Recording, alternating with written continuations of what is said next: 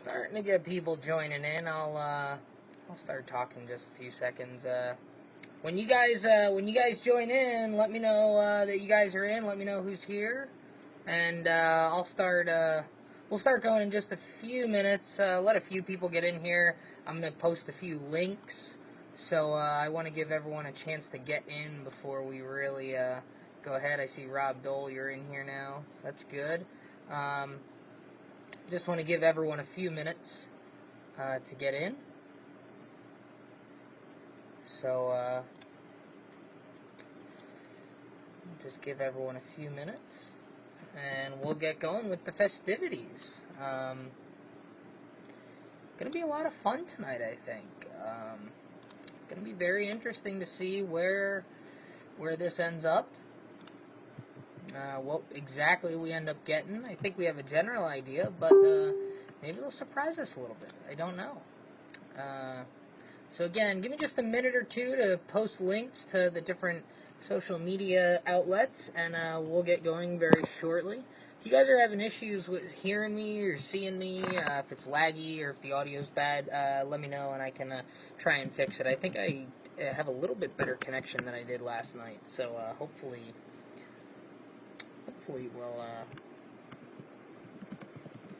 it'll be pretty good tonight.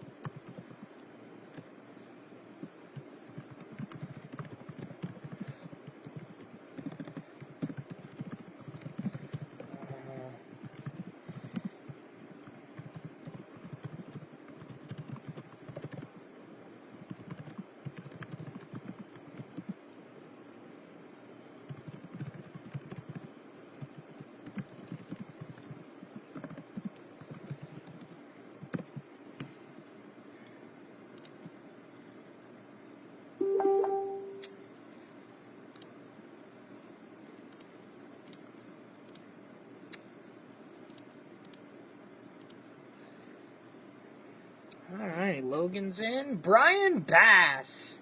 Alright, now the fun can begin. Servers are a little unstable in certain regions. Of course there is. I was out catching Pokemon. Supposedly there was a Dragonite in my town tonight, and I couldn't find him. I did get a Bulbasaur and a Gloom that's at like 840. Oh, Baby Bass says hi. Hi, Baby Bass.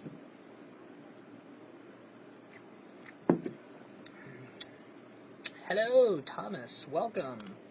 Like I said, just gonna post a few the link to the chat here on a few of our social media sites, and then we can actually get going. So just give me a second to give me a second or two here.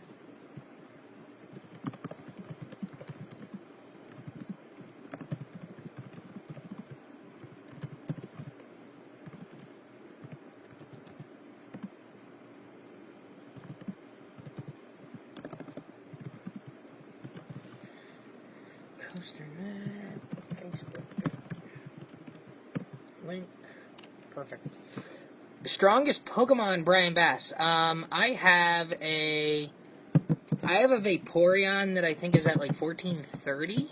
I have quite a few over 1,000, but I don't have any of these like 1,800 ones yet. So, Brian, shut up. I'm just turned 24 on Thursday, actually, so it was just my birthday last week. So I'm now 24. I keep forgetting how old I am. And the Beard Man is joining us as well. Welcome. Welcome, welcome, welcome.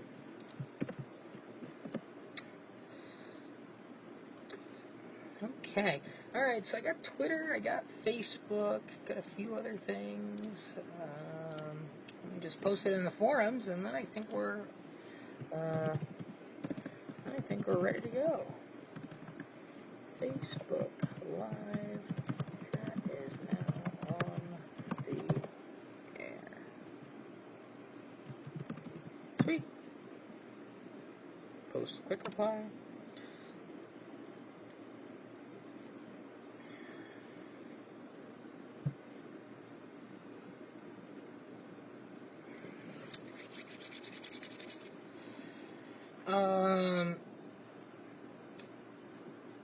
Thomas, live link. I believe there is. I will have it up here eventually. I have to find it. I was given the link earlier today. So stay tuned for that one. I will have a live link for the announcement. Alright, so what time we got? So, here we go. Alright, is everybody in? Everyone can hear me okay? Everyone can see me okay? It's just about 8 o'clock, so probably get some people joining in here. Let me know if the Dan T-shirt guy cam. If you guys have any issues with hearing me or seeing me, let me know. I'll try and fix connection. I think it should be pretty good tonight. I have no reason to think that it won't be pretty good. So how's everyone doing tonight? Hopefully everyone's having a good night. We're about 2 hours away from announcement time, so that's a lot of fun. We'll talk a little bit about it. Again, it's about 8 o'clock Eastern time right now. We're expecting the announcement to occur right around 10 o'clock p.m., shortly after the 10 o'clock p.m. fireworks, I believe. I believe they will take place after the fireworks, so probably looking about 10:15, 10:20 or so before we actually get all the information that we're interested in. But should be a good night nonetheless. It seems as though the popular opinion here, in my opinion, is we're going to see a GCI wooden coaster. I believe we're going to see something. I think we're going to see something in the range of about 75 to 100 feet or so.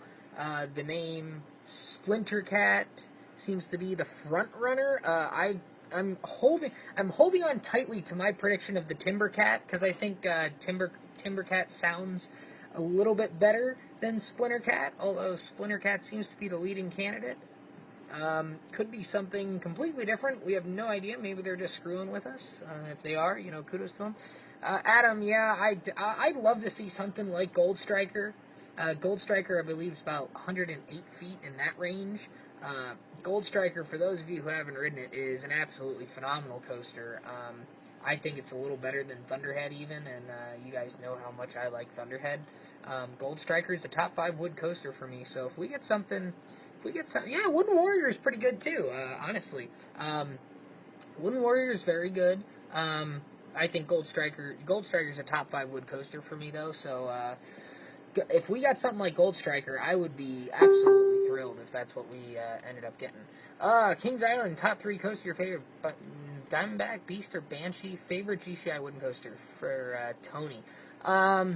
Tony, I would say I prefer, but now you have to forgive me here. I actually haven't been to Kings Island since the beginning of 2014 for Banshee Media Day. Haven't been back since, so it's been a little while. But on that trip, I preferred Banshee to Diamondback.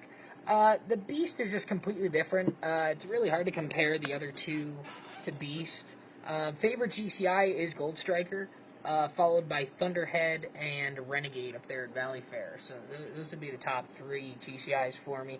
I think White Lightning is a very good coaster. Sean, GCI is, I don't think it's technically confirmed. However, I said this last night here for the folks who did not join us last night during the test stream.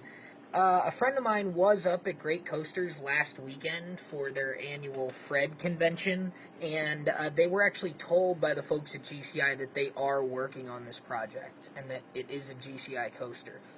So I did not hear it directly from GCI, so I can't really call that confirmed, but a reliable source of mine heard it was told by GCI personnel that they are working on it. So that's about as close to confirmed as I can give you, aside from either the park or GCI telling me themselves that they're working on it. So, that's all I can really give you there. I don't think we're seeing, I don't think it's RMC. I just don't. I don't know. Beast or Boulder Dash, Thomas? I'll go with Boulder Dash. I'll take Boulder Dash in that one. Boulder Dash at night is kind of like the Beast at night, but it actually has hills and everything. So I think that's kind of the comparison I would make there. So I would take Boulder Dash, putting those two side by side. Unlike Andy, I do actually enjoy the Beast very much. I do like the Beast. So do not think that because I'm picking Boulder Dash, I do not enjoy the Beast. Because I do.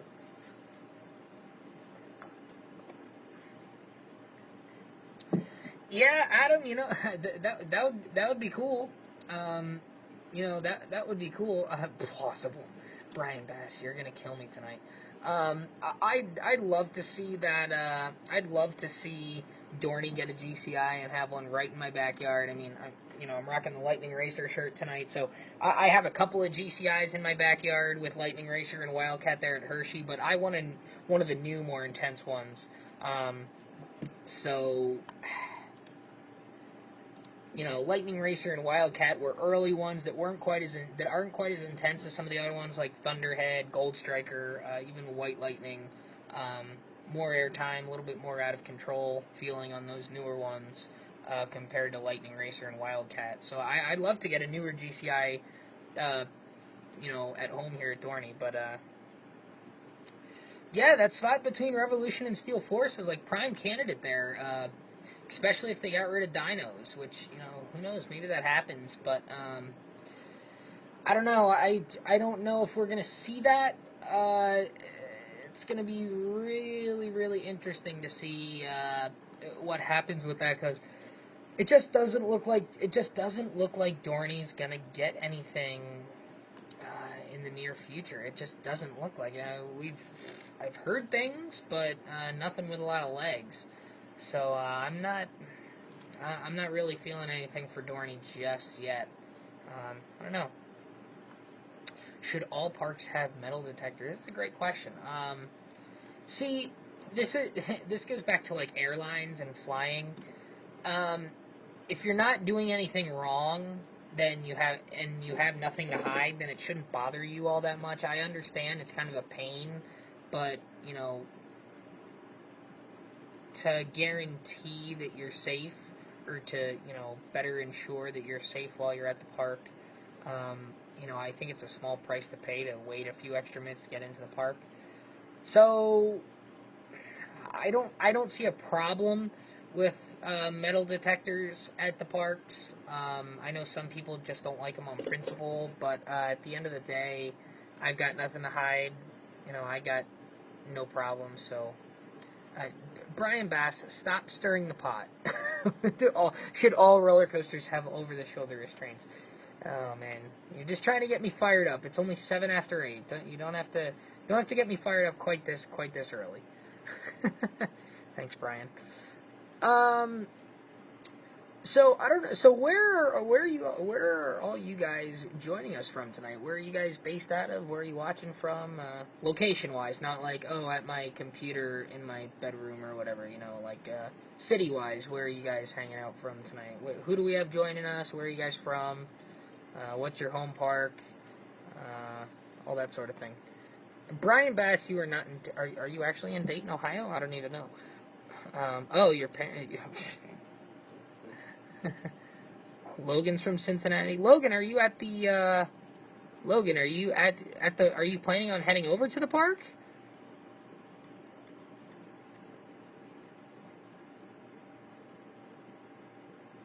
Six Flags St. Louis needs... Yeah, Sean, we talked about that a little bit. We talked a little bit about that last night, how St. Louis, I think, might be one of the leading candidates for a coaster at Six Flags. Unfortunately, I think the most they're going to get is maybe a free fly. So, yes, Tony, I've been to Canada's Wonderland very, very many times. I absolutely love that park. One of my favorite Cedar Fair parks, probably the best flat ride collection of any park I've been to, I would say. Outstanding park up there in Canada, and I absolutely love Wonder Mountain's Guardian. So, I know some people don't like that it's all screens, but I absolutely love Wonder Mountain's Guardian. So, check that one off. Check that one off for me. Six Flags New England. Six Flags New England. Oh boy, that's a good one. Six Flags New England is a little bit interesting. Uh, you know, they just did Wicked Cyclone. They did this Fireball deal. They're doing the VR and Superman this year.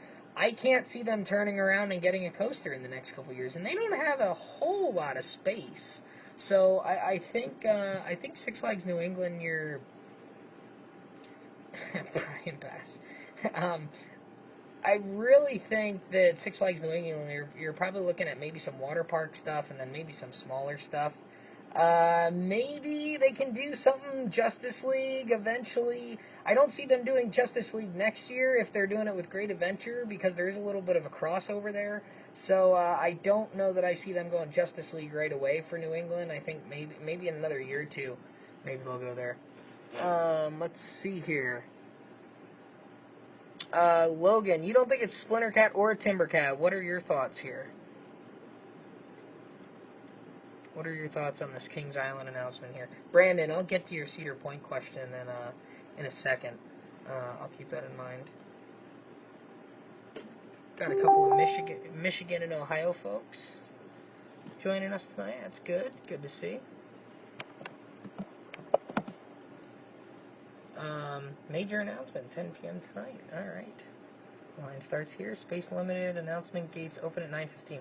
Okay, so the announcement gates open at 9:15 is when people go in. So I bet that's probably when we'll have some video showing up. Cedar Point 2017. It's a real tough call here. I'm not buying into the whole mean streak thing. I just don't see. We would have heard something by now. I think, even with the closing. And if it is mean streak, I think it's taken a year off. I don't think it's 2017. I think it's 2018 because Texas Giant took a year and a half to do, and mean streak is bigger than Texas Giant. Now I know RMC is a bit more practiced now. But I don't think, I mean, you know, we're already in August basically here.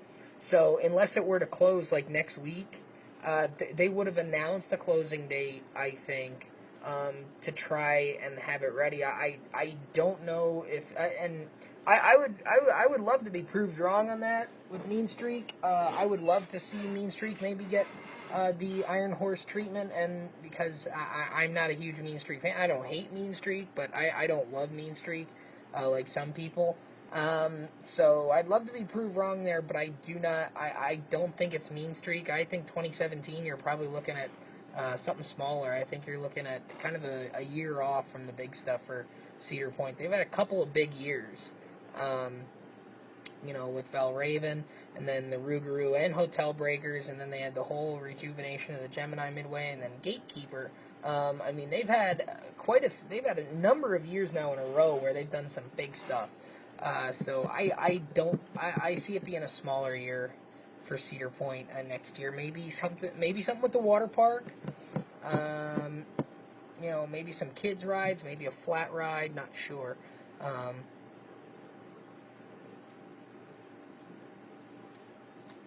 Lake Compounds 2017. I don't know. Getting the big coaster this year. I think more of the same there. I think 2017 you're looking at 2017 for Compounds. I think you're looking at something small, if anything at all. You know, maybe a small ride here and there, maybe a new flat ride, maybe just some off-season work to Boulder Dash on that return run, which, you know, starting to get a few potholes in it. Maybe they do something to the water park, sort of expand that out where the wave pool is and the water park just kind of ends. Maybe they start to push that out a little bit more. I know that's all park land, so I think maybe that's what you see for Lake Compounds. I think that's what you'll see here.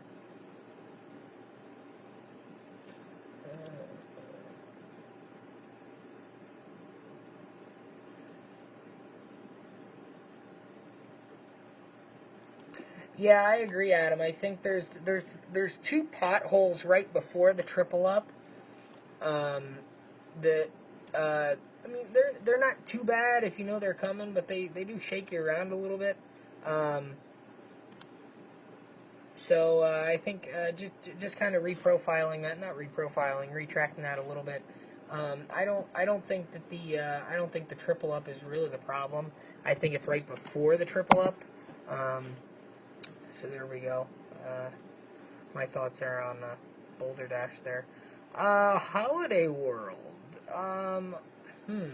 Well, we had Thunderbird, and then kind of a slow year. Maybe Holiday World maybe goes back to the water park, or maybe they extend something out by Hyena Falls. I think maybe they do something in that regard. That's a little bit of a tougher one, because Holiday World tends to do smaller rides. So interesting. Interesting thought. Behemoth and Leviathan, two fantastic roller coasters. I prefer Behemoth between the two. Now, part of that maybe Behemoth was my 200th coaster quite a few years back, so I do have a little bit more of a sentimental attachment to it, I guess. But I do prefer Behemoth over Leviathan ever so slightly. Not by much, but ever so slightly.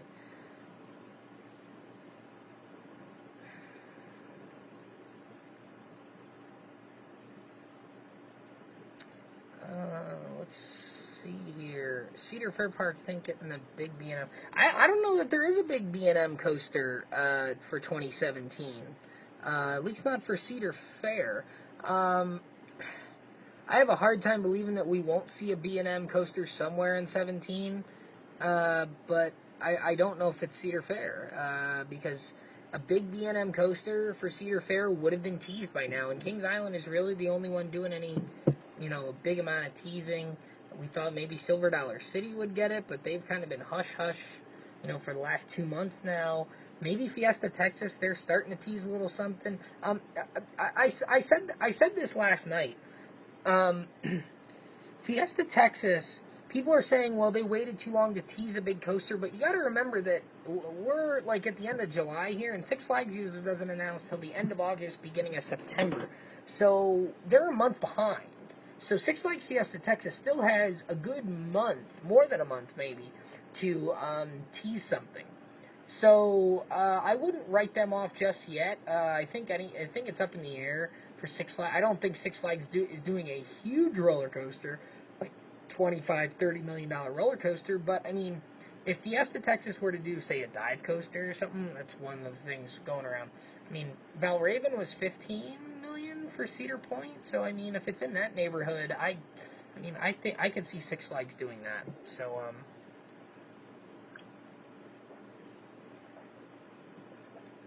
all right, sorry about that. Looks like the got paused for a second there. Should be okay. If that happens, I'll be back as quick as I can. B&M Wing Coaster for King's Dominion. Yeah, I think that's kind of how I feel too. I think maybe King's Dominion is kind of due. I think the next big B&M coaster might go there, whether it's a wing coaster or maybe something a little different. I think King's Dominion needs another one. I think it's their time for another big coaster soon. Talon on my list of inverts. Oh boy, let me think about this. So I have Banshee, Montu, Alpengeist, Afterburn in that group, and then I think I've got, get ready for a shocker here, I think I've got Silver Bullet then, and then Talon in that group, and then after Talon would come rides like Raptor, Flight Deck, Patriot, the Batmans, Great Bear. I'd have to actually look at my list to tell you exactly where they are, but Talon I think is around number 5 on my list of B&M inverts there.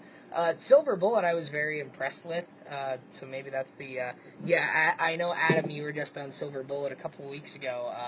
Silver Bullet surprised the hell out of me. I really, really enjoy Silver Bullet. I thought Silver Bullet was a very nice coaster. So, Kevin, Hershey Park 2017. I think the Flying Falcon ride is coming out or being moved, and I think you're getting a drop tower there. I think the Kissing Tower references are all to Kissing Tower Hill, not the Kiss Tower itself, because I think that the platform that is up there,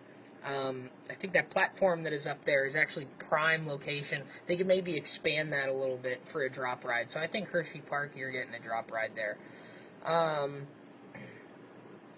I think that's what's going on for Hershey Park. We should hear more very shortly. I believe their announcement is coming up as well. So we'll see.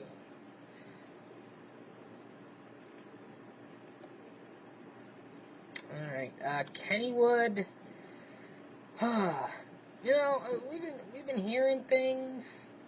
We've been hearing things about Kennywood. I don't really. I don't know. It's tough to say for me because I don't follow Kennywood as much. I'm probably going to Kennywood in a couple weeks, but I don't have any information or any leads on anything from Kennywood. So I don't know much of anything for Kennywood 2017 actually. So B&M I mean, all the B&Ms rattle a little bit as they age. I mean, it's, you know, it is what it is. At the end of the day, it's not nearly as bad as some of your other steel coasters. So, you know, I don't see the rattle as a huge deal. Great America 2017. Great America, I don't know. Great America. You hear stuff about the free fly, but they just did Justice League, so maybe they take a year off and maybe they do something water park, something small. I don't see anything big for Great America. I mean, they've gotten a lot in the last 5 years. I mean, the last 5 years you got X-Flight, you got Goliath, you got you know, you got Justice League. I mean, that's a pretty good trio of rides to get in the 5-year span. You know, go X-Flight, year off, Goliath, year off, Justice League. That's pretty good. So, Great America, I think you're looking at a year or two off from anything big.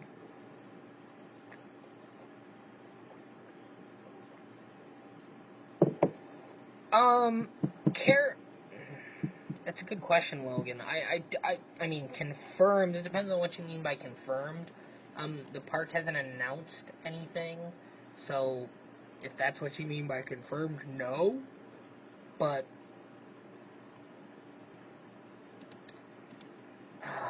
I think that's kind of the popular rumor as to what's going on. Alright, so it's about 20 after 8 here. Probably within the next 2 hours, we're going to know what's going on at Kings Island. Let's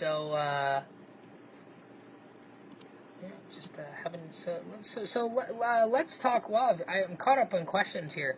So let's talk Kings Island for a few minutes. What are your guys' thoughts?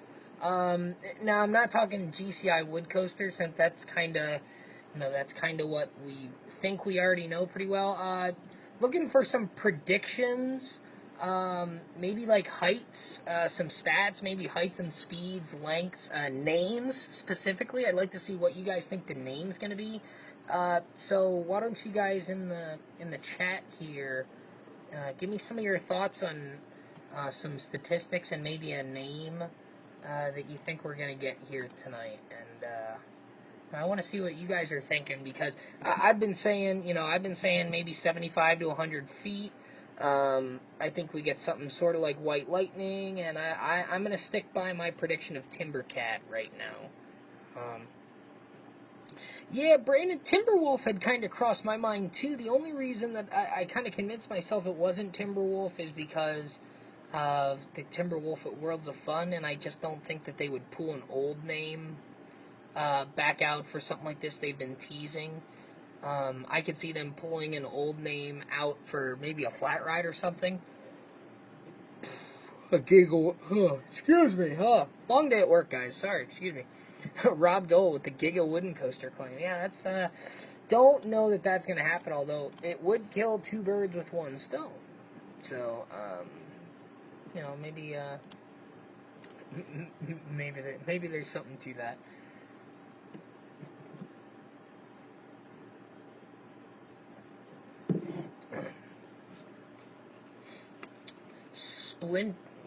Splinter Cat Sean here. Splinter Cat, 100 plus feet, 2 inversions. See that's interesting. Is there no? Everyone was a lot of people talking Timber Snake. That's an interesting one. Or so that gives me another idea, Todd here. What about something like Timber Rattler? I wonder would that fit with what we've seen? I'm trying to think. Would something like Timber Rattler make sense? Why would that not work? I guess who is it? Was it Greg or Don who tweeted the picture of the Splinter Cat yesterday? I guess that was Don, but it wasn't from the Kings Island account. It was from his personal account. So I think we've got KI Central is interviewing some people. Yeah, so maybe RMC, maybe GCI, but definitely some sort of wood coaster. Yeah. Well, all right. Absolutely. Thanks, guys. And we're going to progress on. Several. They're just talking to some folks, seeing what they think. Everyone's saying wood coaster. I don't think that's a big surprise to anyone here. Timber Snake, Timber Rattler. Timber Rattler. I'm gonna look up the. I'm actually gonna go to the trademark search again. A lot of people I'm hearing recently thinking that there might be some sort of inversion on this. Who in the chat here right now thinks that we're going to see at least one inversion on this? I'd be interested to see how many of you guys think there might be an inversion on this thing. Because from those blueprints, if you guys watched that episode of COASTER-net Uncut about a month ago or so, where we took apart those, kind of looked at those blueprints, it did not seem like there was any place to put an inversion on there. Dwayne and Sean both think that there's inversions. I'm looking up some trademarks for Timber Rattler. There does seem to be a few out there. None under the Cedar Fair name. Fishing lures, no, I do not see anything for Timber Rat. What if it's all one word? Nope. I'm gonna do. Okay.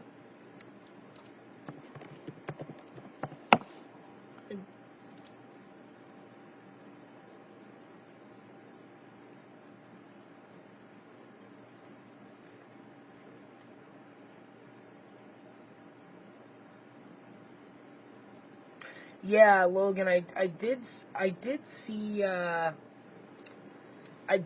that Splinter Cat is trademarked for it says right here it's for distilled spirits. So, you know, it is some sort of drink. I'm trying with different spellings, maybe leaving out the E or changing the E to a U. I'm also trying that with Timber Cat. I'm trying that as well, replacing the C with a K to see if there's just maybe some different spellings of it. Also gonna try it Cat Lumberhawk. Yeah. Seeing if maybe there's some different spellings. I'm not coming up with anything right now. Uh-oh, hold on. Timber Cat. Oh, those are chainsaws. Yeah, and those are both dead. So, Timber Cat does not currently seem to be owned by anyone. So, you know, take that for what it's worth. Maybe they could do something like that. I'm gonna look at Cedar Fair here quickly too, for the owner name. See if anything's popped up. I do not see anything new. So I don't see anything new here. Rob, what about something similar? Rob, the only reason I don't think we're gonna see something like Switchback is because of those blueprints we've seen. I really think we're kind of tied to that, because that's really the only source of information in terms of layout that we have to go off of. So it's really, really difficult. It's really, really difficult to really know what's going on in terms of name, but I think in terms of ride type, I think we kind of know what's going on, and I think we kind of know the layout too. It really looks more like an out and back. You know, I'm actually going to I'm going to bring up those pictures that we had. Just going to take a look at them again because it has been a while since I've looked at them. I'm going to see if maybe there is maybe a spot where we would see some inversions. So give me just a second to load those up here. I'm going to catch up on your comments here a minute. First inverted wooden coaster, B&M Giga 330 feet. Black.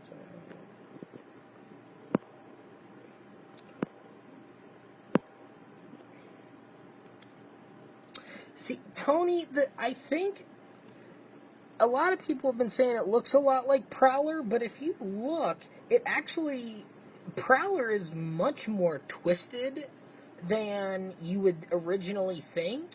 So I think it's actually much closer to a White Lightning because it's really a much straighter looking out and back after that first turn. So I really think it looks more like White Lightning in terms of an out and back. A few crossovers here. Trying to see if maybe there. I'm currently looking at the blueprint that we analyzed in that episode of Uncut. I'm really trying to see if maybe there's an opportunity to put an inversion somewhere. And I'm not really seeing one, guys. I don't really see, unless it's out. I mean, there's a few weird looking kinks out towards the turnaround, but I don't know that that's what's going on here. Yeah, I don't really see a good spot for one. Unless there's one by the turnaround, there's some funky looking track up by the turnaround. So maybe, maybe we got something going on there. But I don't see a whole lot of obvious spots where we could be seeing an inversion on this somewhere. So, let's see here. What do we got? See, Logan, with your comment there, you say you feel like Kings Island will get more than White Lightning. See, that I think is the problem with everyone's thinking here, because with Banshee and Diamondback, the last couple coasters have been pretty big, and Kings Island hasn't had a really good family coaster, family attraction in quite some time, and I think they really need a new mid-size coaster that kind of becomes everyone's first big coaster, and I think the GCIs are perfect for that. Yeah, that's exactly what Dwayne's saying here. They need that transition coaster. They've got the Vortexes, and they've got the Diamondbacks, the Banshee, the Beast. And then you've got stuff like Backlot, and then, Firehawk, Flight of Fury, that's all bigger stuff. In Vertigo, that's all stuff, that's all the big kid coasters. They don't have a whole lot of those transition coasters that go from, like, Woodstock's Express to the Beast. They don't have anything that's, like, really in between. And, you can, if you're not a fan of the Beast, you can make fun of the Beast all you want. That's not the point here. The point is they don't have that mid-sized 70 to 90 foot, coaster that doesn't go upside down. I think Backlot is a good example of a transition coaster. I think they need another one.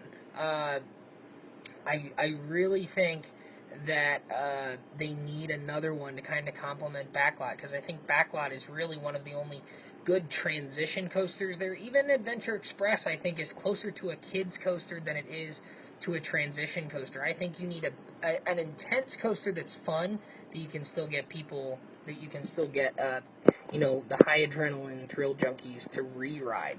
Because I think we would all ride Backlot and Adventure Express when we're at the park, but I don't think any of us are re-riding that a whole lot. Timber Bird, that's an interesting thought. I hadn't thought of that one.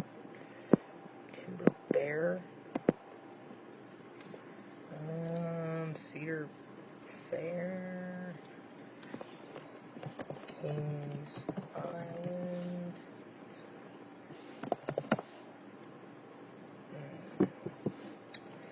Yeah, I'm not seeing anything big here, guys, on the trademarks. So I'm just gonna give up on that one for a little bit, because I don't think I'm seeing a whole lot of anything.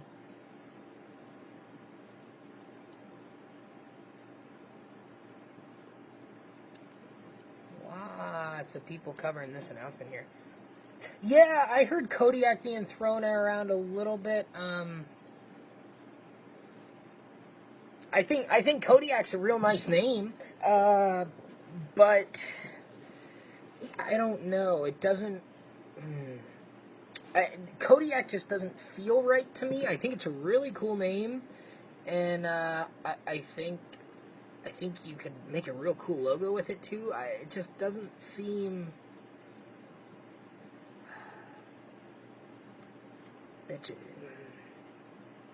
Kodiak just doesn't feel right to me there.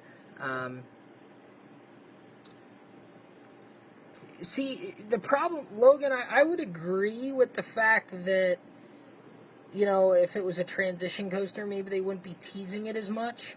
But, I mean, Busch Gardens Williamsburg just teased theirs for Invadar, and I think that I think whatever this one is going to be bigger than Invadar. So, that's a point in the direction of a transition coaster. Also, remember that just a few years ago, King's Dominion teased a record-breaking attraction and then built the Planet Snoopy area. So just because they're teasing something doesn't mean it can't be mid-sized. So keep that in the back of your head, too.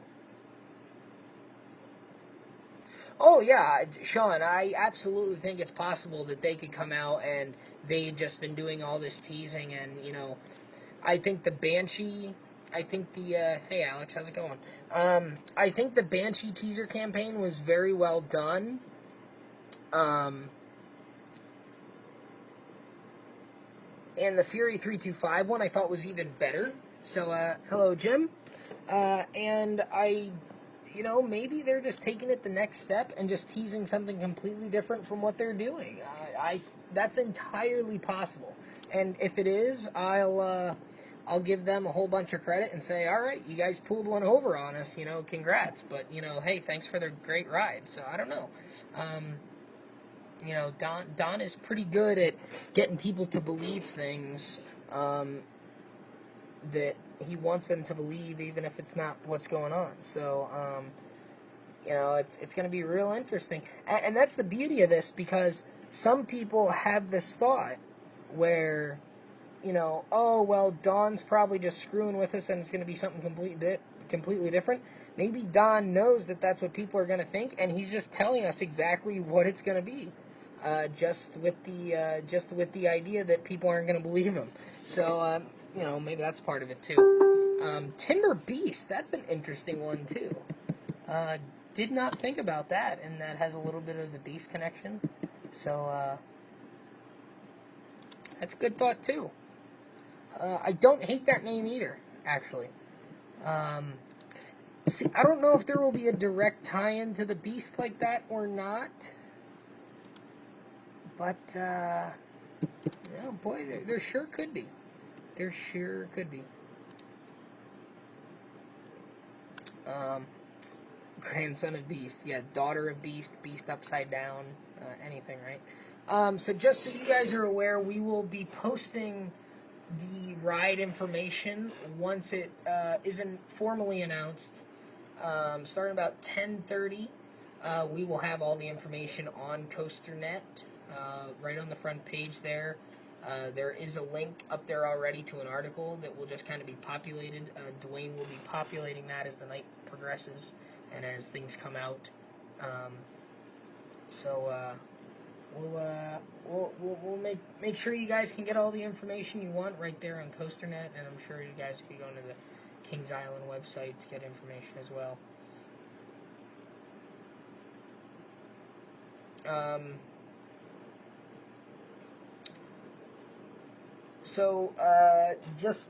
Just to give a little bit more background for those of you who are a little bit late to the party and joining in a little later. So, Kings Island 2017 announcement is coming up shortly. We have the announcement taking place shortly after the 10 o'clock fireworks. The 10 o'clock fireworks is, those will occur, and then we'll have the announcement after that, I believe. So probably about 10:20, 10:30, we'll know everything. We'll have an idea of what we're going to get. And shortly after then, we will have all the information going up on COASTER-net. Dwayne will be updating that for us tonight. So thank you, Dwayne, for doing that for us. So we'll have all the ride information there. Yeah, Adam, I know there's a bunch of streams going around. I know we'll probably get some of those streams closer to the time of the announcement.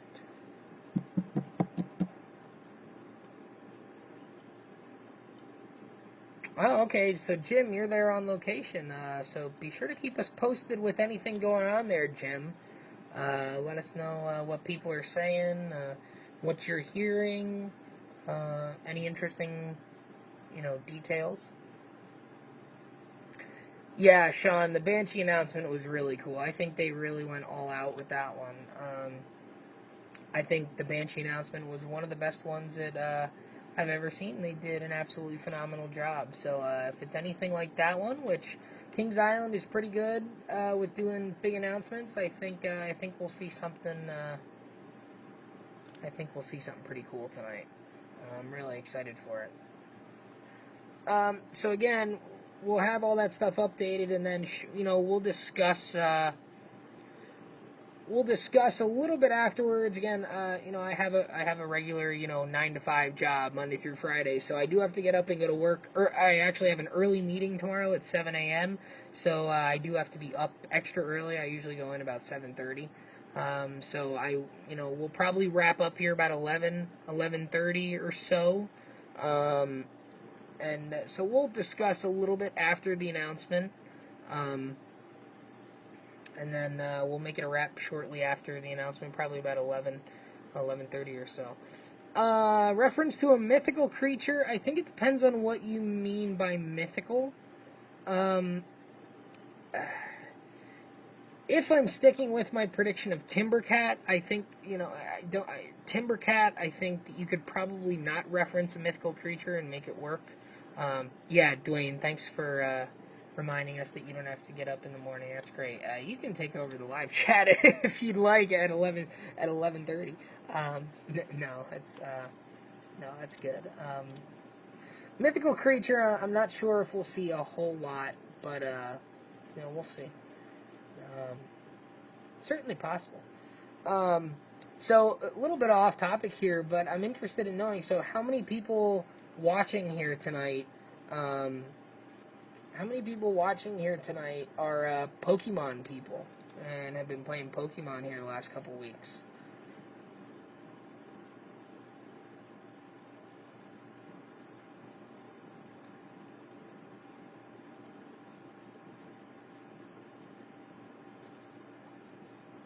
All right, Matt plays Pokemon.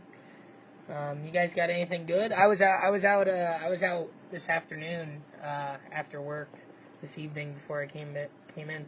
I just saw a tweet. Actually, it's from a Pokemon Go memes, and it says when you accidentally stumble upon Team Rocket's secret hideout, there's a coughing Ekans and a Meowth all at the same spot. So that's kind of funny. Could they be naming it after the actual forest? Maybe. I don't know. That's a good question.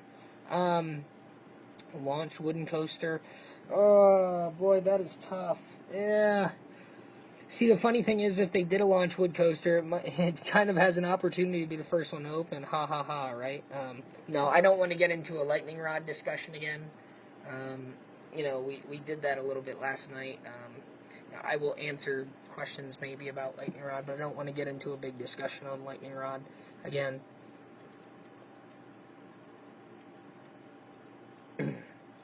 Oh, okay, yeah, I'm about halfway from level 19 up to 20. Supposedly, there was a Dragonite in my town last night while I was at my company softball game, and then supposedly there's also a Dragonite around tonight somewhere. I couldn't find him, though, so, and then my sister saw a Dragonite, or was tracking one, but couldn't find it, so, apparently those are popping up, so keep an eye out on those.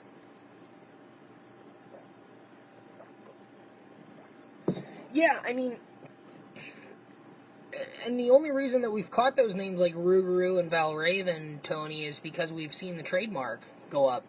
So, you know, I don't know. The trademark thing is kind of a head scratcher because, you know, it doesn't necessarily it isn't necessarily need to be trademarked before they announce it. It's usually preferable. They've done things where it hasn't been trademarked before the announcement. I don't think Gatekeeper was filed before the announcement, but it didn't actually show up on the trademark search website until well after the announcement, which is interesting. So maybe it's something like that. I don't know. Interesting thought, though. Alex inversions? I don't think so. There are plenty of people who say there should be. But I do not see there being inversions on this coaster. I don't know. I don't know that that's going to happen. So I'll say no for the inversions. Oh, all right. Excuse me with the yawning, guys. I had a long day at work today. Stayed a little later, getting a lot of stuff done. So, and then I went out walking, looking for Pokemon a little bit. So, excuse me if I yawn a little bit, but just a little bit tired. But not gonna end or anything. We'll be good.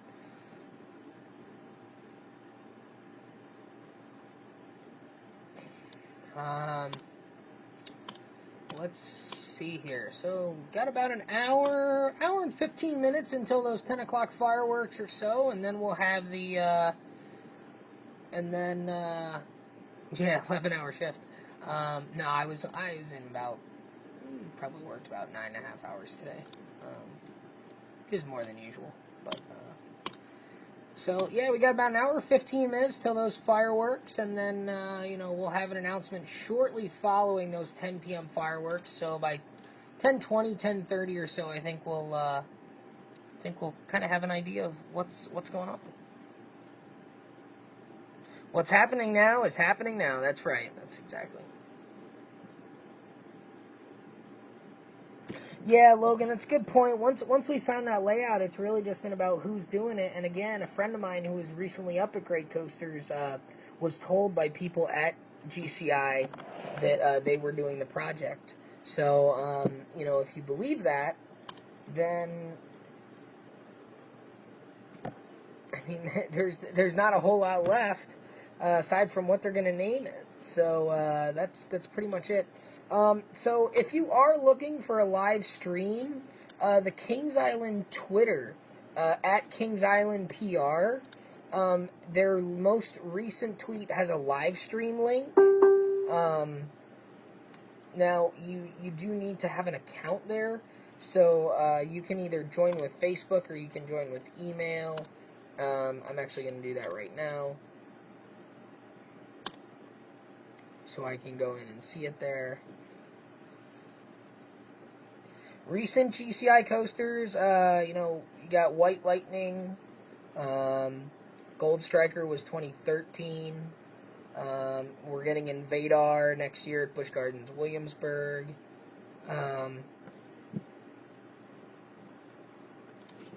so, quite a few things recently, and then they've done some overseas stuff recently, too.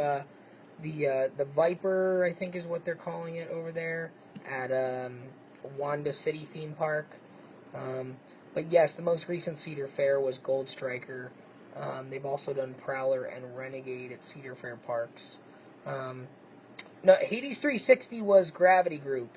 Gravity Group originally did Hades in 2005, and then they did the refurbishment in 2013 to transition it over to Hades 360.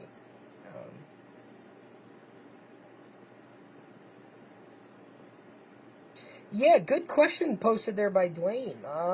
Yeah, what do you guys think? We had a big steel coaster wars, from the early 2000s until the last couple years, and now it's all about these wood coasters again. And I think I predicted this back when Outlaw Run opened up. I said, this is going to kick off. This is going to kick off, I think, a wood coaster war. I think the wood coaster is going to make a comeback, whether it's traditional or the topper track or whatnot. But I kind of thought that this would happen, and lo and behold, we're starting to see wood coasters pop back up. So, what do you guys think about that?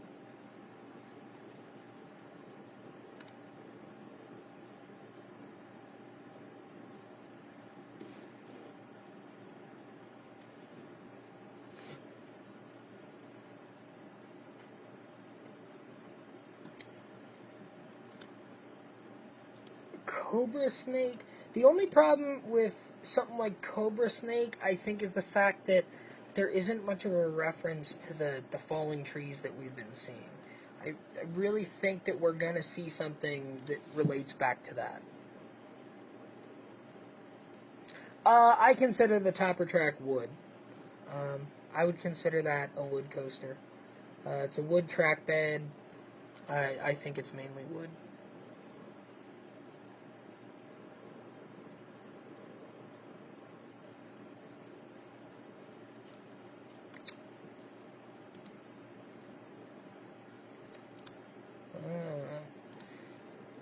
More people, yeah. I think the wood coaster wars. I think we're kind of getting back into it here. GCI, RMC, Timber Rattler. I think is probably the most likely name if we're gonna see a snake type name.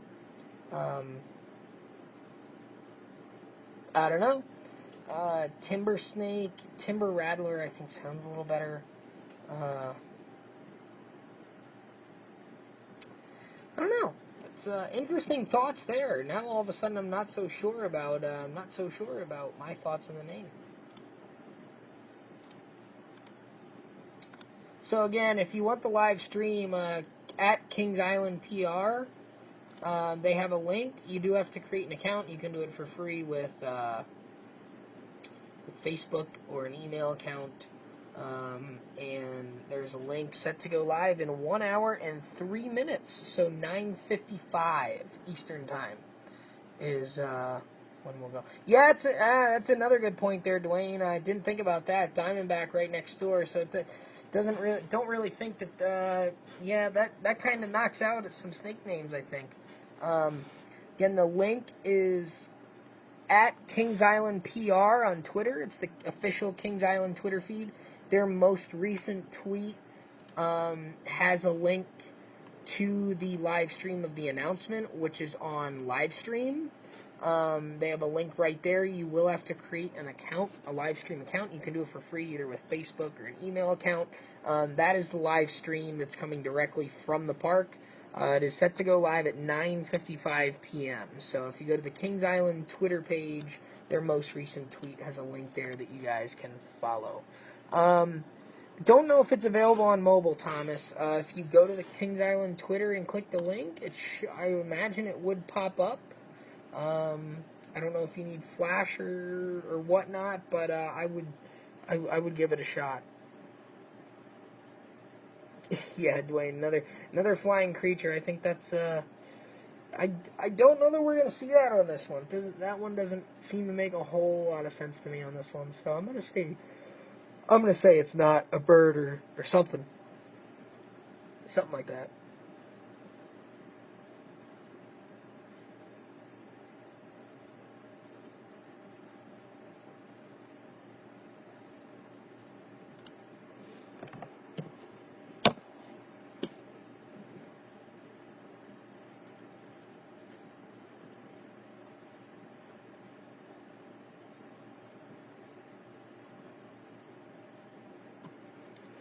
Favorite defunct coaster manufacturer? I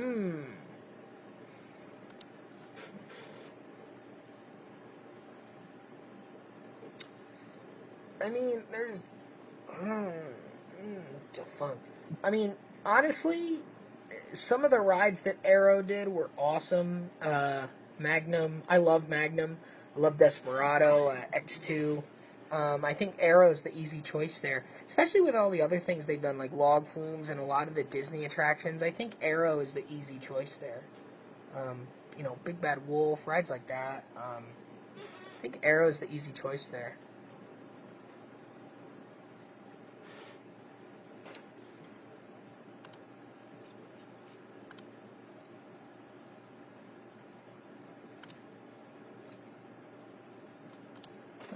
Well, we are exactly 1 hour away from the live stream going up. We're now under the 1 hour mark on the live stream for Kings Island Project 2017. All things pointing to a GCI wooden coaster. But that remains to be seen, if that's what we'll get or not. Excited for Invadar? Yes, I am. I am a huge GCI fan. Absolutely loved White Lightning. So I think Invadar is probably going to be a little bit tamer version of White Lightning, a little bit more twisted, a little bit of a terrain ride. Invadar, to me, seems like it's going to be just kind of like a smaller sized Prowler, and if that's the case, it's going to be a pretty good ride. I don't think it's going to be the best GCI by any means, but still very excited for it. I think Invadar is going to give Busch Gardens that wood coaster that they need. So, yeah, if I had to choose between GCI, Gravity Group, and RMC, Rob, I would take GCI. Absolutely. GCI, God bless Custom Coasters, and, some of their older rides, some of their, like Boulder Dash, Rampage, Legend, Raven, some phenomenal rides that Custom Coasters did, and, that team moved on to become the Gravity Group, but GCI, I think the GCIs are absolutely fantastic. Secret Weapon 8. Possibility I may get over to the UK next year. So I'd be very excited. I'm excited for Secret Weapon 8. Gonna be interesting to find out what they do with that. So we'll see.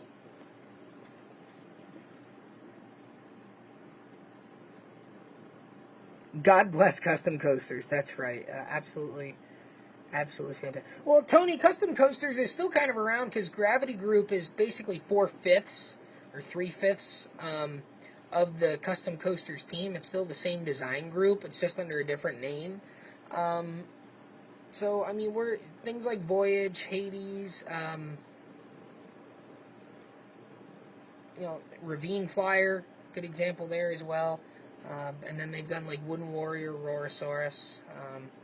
I don't know, not quite as many things as they did on the CCI banner. Brian, I think what we're going to see tonight is going to be a little bit larger than Invadar. I don't think we're going to see something quite that small. Invadar isn't even 3,000 feet long, if I'm correct. So I think we'll see something a little bigger. I'll make my official prediction as when we get a little bit closer to the time of the announcement, but I do think we're probably going to see something in like the 75 to 100 foot range. So we'll see. We'll see how that goes. I'm going to try one thing quick here. I'm just going to try one thing with my phone here, and if the feed drops out, I will come right back. I want to see what happens to the feed when I try this. So, give me 1 second, and then when I come back, I want you guys to let me know what exactly happened. So, hang on. Okay, we're back. Did the feed... Okay, live video interrupted. Alright, am I back now?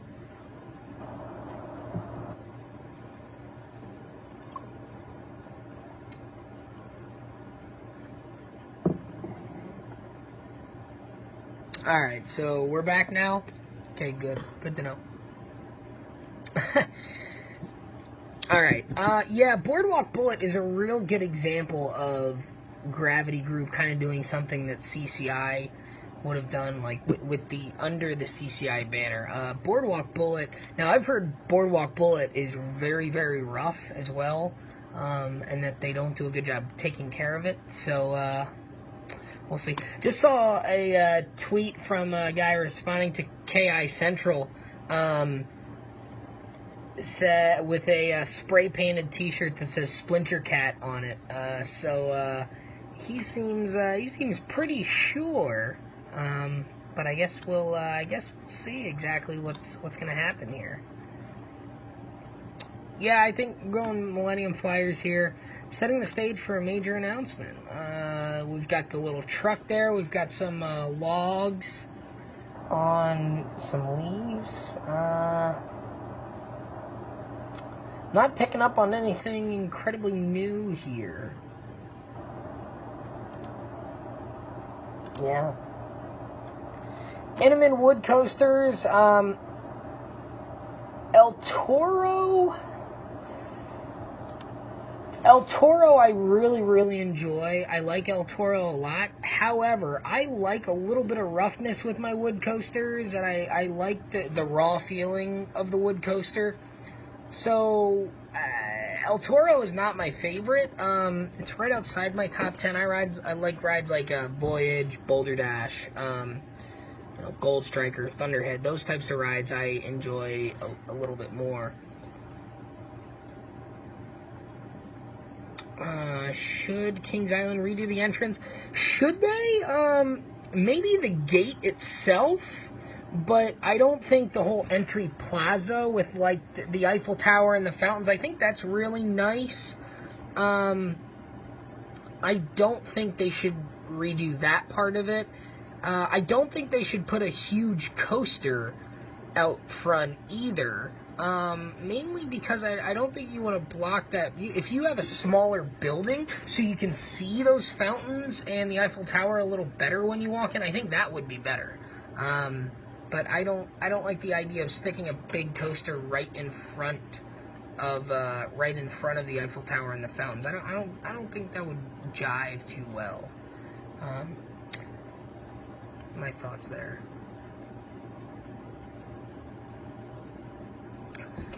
Good point, Alex. With that, the small truck, maybe suggesting something a little smaller, which I would think is. I think it's possible. Brian Bass asking smart alecky questions.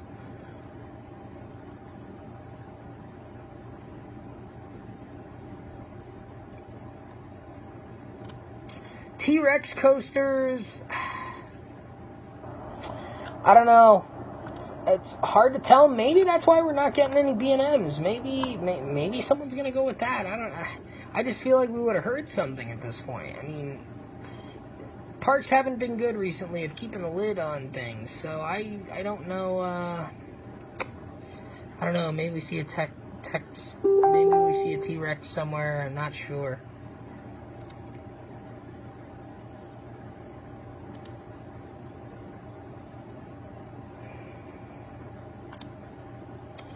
I will be right back. I have to go get another bottle of my drink of choice. I will be right back.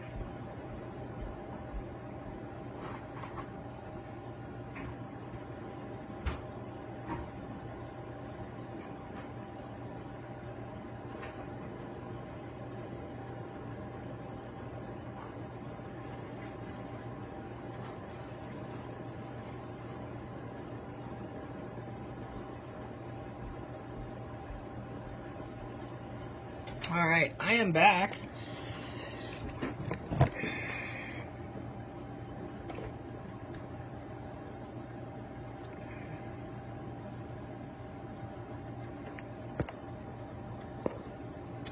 Yeah, not seeing an intimate or anything here. Again, I'll make my official prediction shortly, but I don't know.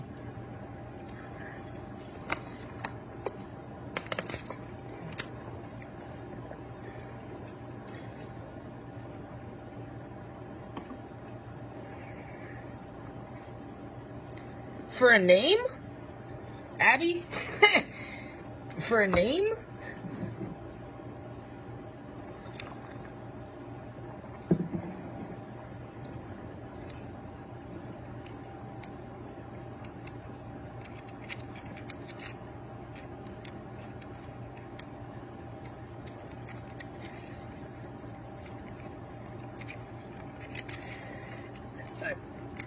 Tony, you know, I think it's possible you're getting something a little bigger. Like I've been saying earlier, I think because Six Flags doesn't announce till the end of August or early September, I think you got a little bit more time for that teaser to start up yet. So I would not rule out a coaster for Fiesta Texas just yet. I don't know what type it would be. People have been saying maybe a dive coaster. Maybe they're getting a maybe that's where the T-Rex is going. I'm not sure. But I don't know. I would not rule out a coaster for Fiesta Texas just yet. For a theme, I don't think it matters. Face Off and Vertigo, whichever. Face Off. I'll pick one. Do I think Kings Island will remove their flume? It doesn't seem like they're going to for this. I think eventually it will come out. I don't know if it needs to come out for this ride, though. I don't think it's coming out for this ride. Cedar Point 2017. I think you're probably looking at something a little smaller yet because, one, we haven't seen a huge tease yet. And usually if they were doing something big, we'd have a tease by now. So I think we're really looking at smaller. You know, Cedar Point, we've had like 4 years in a row where we've had some pretty substantial stuff. 2013 Gatekeeper. 2014, you got the whole Gemini Midway refurbishment. 2015, we had Hotel Breakers and Rougarou. And then 2016, we got Valraven. I think 2017, you're looking at a pretty small year. Maybe something a little bigger in 2018. I do not think Main Streak is happening at this point for 2017. I would not be surprised if this is Mean Streak's last season. However, if it is getting an Iron Horse treatment, I think maybe it needs a whole year off like Texas Giant, because Texas Giant was very big and took a year and a half to redo. And I think Cedar Point would want to do a little bit more with Mean Streak than was done with Texas Giant. And Mean Streak is a bigger ride. So I think if we're seeing a Mean Streak RMC, I think at this point it's probably for 2018. At what age can Baby Bass go in the... I mean, as soon as she's tall enough, right? I don't think age matters. Just, you know, however tall she is. Put her on there. She'll be fine. It's in her blood. Six Flags Over Georgia. Six Flags Over Georgia. We are... Six Flags Over Georgia, Justice League, yeah. We've seen permits for that. I don't think we're going to see anything but Justice League. Diamondback repaint. So, a rule of thumb for steel coasters in the Cedar Fair chain is generally 10 to 12 years for repaints. Depending on how much the sun is hitting them. You know, if they're in shaded areas, then it's maybe a little longer. But generally, Cedar Fair repaints their steel coasters every 10 to 12 years or so is what I've seen. At least the B&Ms. Maybe some of the other rides is a little different, but I know Talon at Dorney was repainted during its 12th year, or for its 12th year. Steel Force, I think they actually waited about 14 or 15 years. Because Steel Force looked very pink for a while. Hydra is getting close. Dragster getting repainted for this year, and that opened in 03. Millennium Force just got repainted a few years ago. Raptor got, I believe, its second repaint this year now. So, I mean, you know, Raptor's been around, what, you know, 22 years. Maybe that was Raptor's first paint job. I'm not quite sure, actually. But, we'll see. We'll see. Boss getting RMC'd. I hope not. I really liked Boss as a wood coaster. That being said, I know that's kind of the next big candidate for an RMC in the Six Flags chain, so I think that's, I think it's eventually going to happen. I hope not, but I think eventually it is going to happen there. So, Great Adventure 2017, Kevin. I really do think we're getting a Justice League. I really do think so. And for me, I would be very happy if it's Justice League for Great Adventure, because now I don't have to go to the other 6 parks to ride it. You know, that's kind of why I've been waiting and not going to some of the other parks for Justice League, because I figured we would we'd get it eventually. Brian Bass, Brown.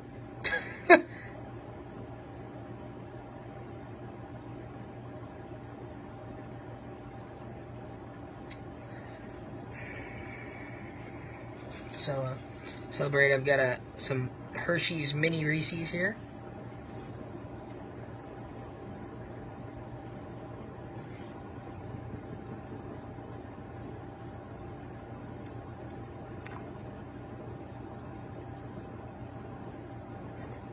Yeah, Sean, there are permits for Great Adventure.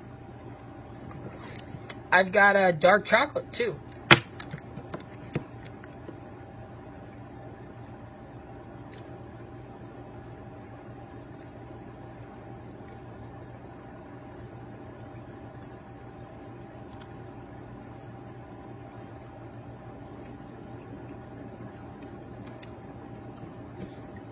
Best GCI from their first few. I really enjoy Lightning Racer. You know, it's real close to home for me. So their first couple coasters, I would say probably Lightning Racer there. It depends on if you consider Thunderhead one of their early ones. Thunderhead, I believe, was 2004. So if you still consider that part of the early group, then I think I'd go with that one. Blue ice cream, Kings Island. Absolutely love the blue ice cream, the blueberry ice cream. Absolutely love it.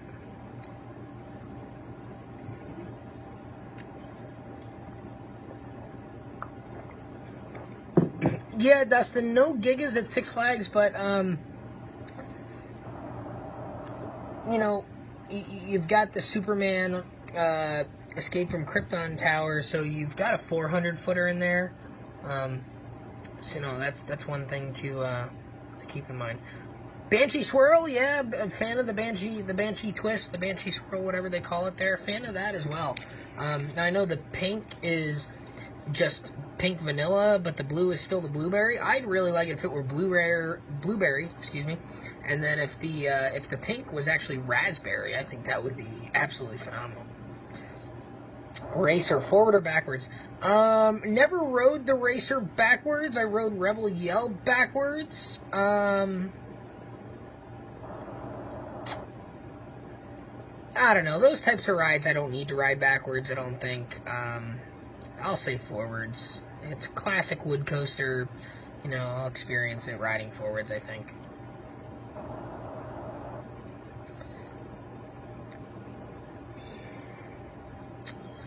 Brian, I believe you are at the you're at the announcement as well tonight. So have fun at the announcement there.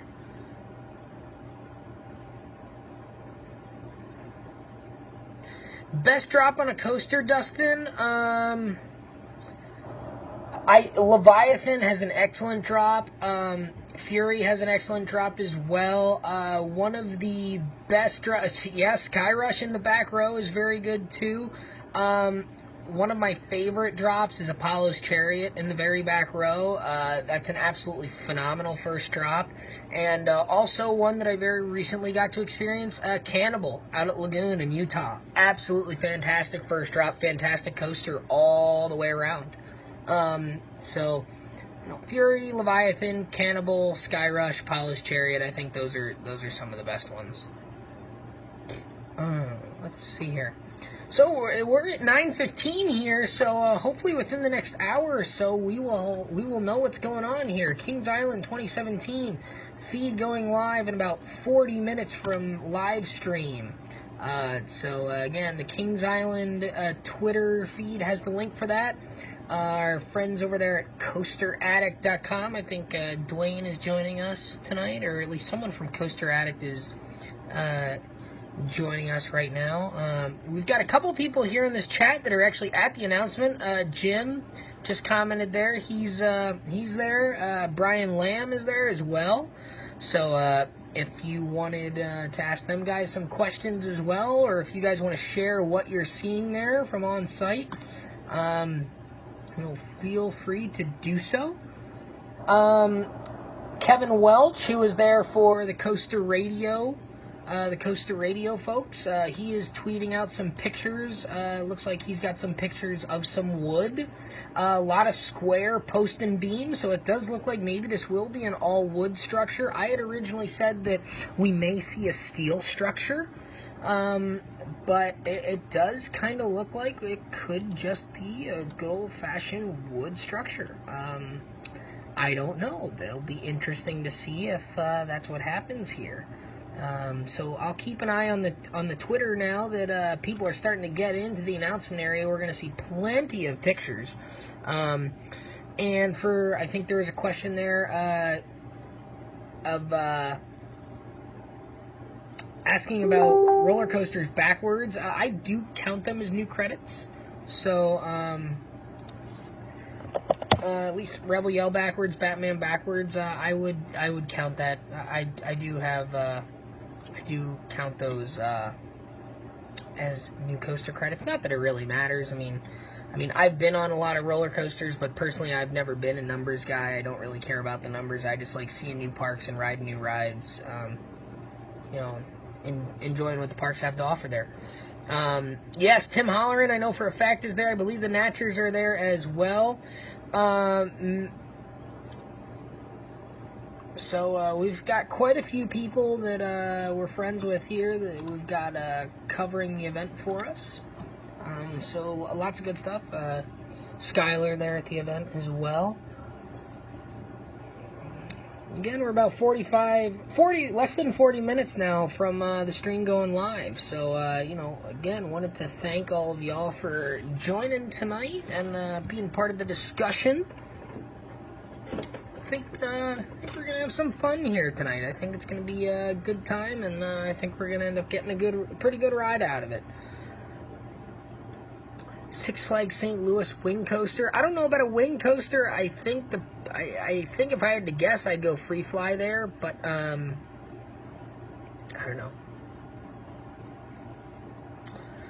Roar at Discovery Kingdom.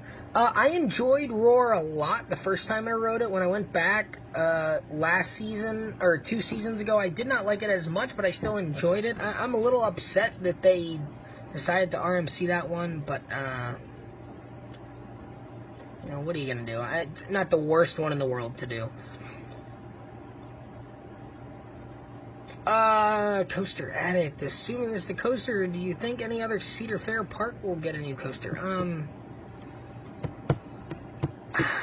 It doesn't seem like it, unless it's something really small.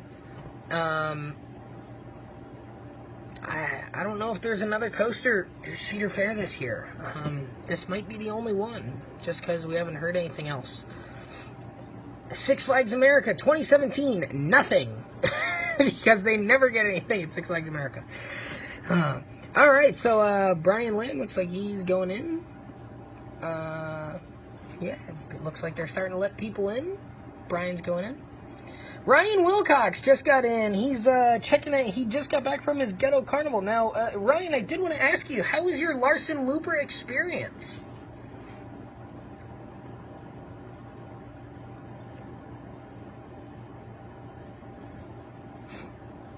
Waiting for an answer from Ryan here. I want to see what he thought of the Larson Looper that he rode tonight. Sean saying hi to Ryan. Steve Mosley's in the house as well. How about it? Glad to see you joining in. Logan got over to Strickers finally. That's good. Tony, best aero suspended coaster. I was always a fan of the Big Bad Wolf. However, the best one I think currently standing, the Vortex up at Canada's Wonderland. I think it's much better than the one at Kings Island. The one at Kings Island is a clone of the one at Canada's Wonderland. The Canada's Wonderland Vortex was built first, and I think that's the best one still out there. Definitely better than Ninja, better than Iron Dragon. Very fast. Very, very fast. Fantastic coaster up there. Probably their third best coaster after Leviathan and Behemoth. You know, if you discount Guardian as a coaster.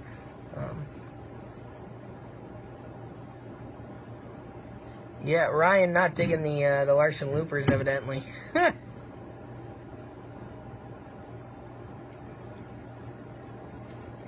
Well, 20 after, we should be going live. Under 35 minutes now until the feed goes live. Got a lot of people joining. Thanks, guys, for joining us tonight. It's good to have all y'all here. Just to, again, give you an update of what exactly is going to happen tonight. We're going to basically just be covering the event here. Dwayne, Spawn Seller, from COASTER-net, he will be updating the news article that, the link is on the homepage of COASTER-net.com. Yep, COASTER-net.com. If you go there, the very top article will be continuously updated as we get details from the ride. Dwayne will be doing that for us tonight, so thank you, Dwayne. While we're in the chat here, right about the time that the feed goes live, I'm gonna stop talking. I will still comment. I will comment on things I see, but I will try and remain quiet for the most part once the video goes live, once they start talking in the video, so you guys can watch the feed. If you do not have access to the feed, what I can do is when it starts and comes up, I can actually flip my camera around and can film the feed for you guys if you want. But I think we can do that. But generally, I think I'm going to watch the feed, so I probably won't be talking during the announcement video. And then once they kind of wrap up and we hear from some folks, I think we can a little bit of a discussion afterwards, and we'll talk a little bit about what everyone's thoughts are. So,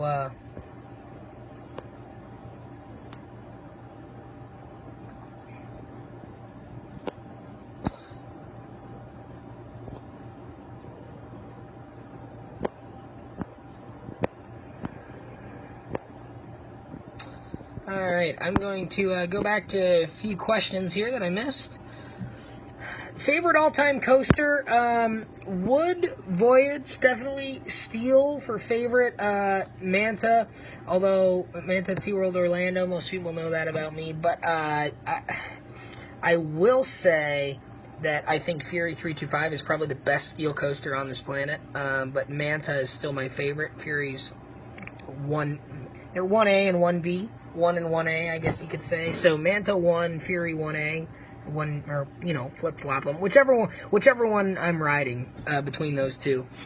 But Voyage definitely for the wood, and I would take Voyage over either of those steel coasters. What a coaster. Let's see here, what do we got here? Six Flags Magic Mountain, I had been thinking Justice League. I'm not sure that they're going to do 3, though, and it seems like they're definitely doing Over Georgia and Great Adventure. So, I don't think they're doing a dive coaster. I think maybe you got to wait another year. Maybe they do something with a water park. Maybe they do some sort of crazy flat ride. Not quite sure. I think maybe one more year before they do their next coaster, since they just got Colossus last year.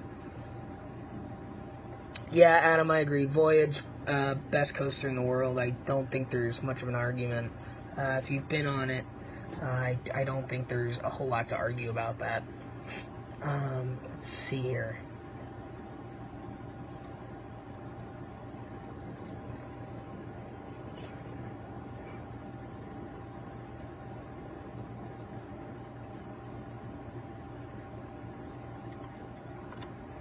All right. Mean Streak, Steve. I've said this a couple times tonight because a couple people have asked. So for those of you who haven't heard what I've said about Mean Streak yet and Cedar Point 2017, if Mean Streak is getting an RMC treatment, I do not think it's for 2017 at this point.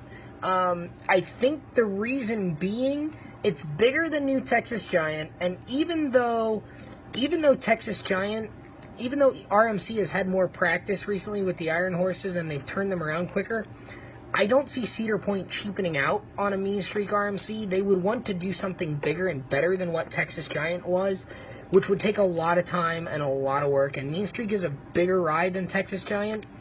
So at this point, Mean Streak would have had to have been closed. So I think maybe Mean Streak will close at the end of this year, and then it'll take a full year, and then maybe we see an Iron Horse for 2018, and 2017 is just a year off from the coasters, knowing that that's going to happen. But that being said, I don't know if that's what's going on at this point, just because we haven't really heard anything. That's right now, I would just kind of say status quo on Mean Streak, I think.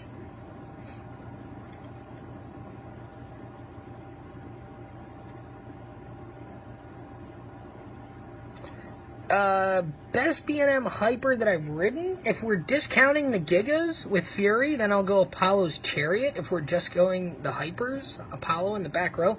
Ones I haven't ridden, the one I probably most want to ride, Shambhala, Portaventura. I think that's kind of the one that I really want to get to.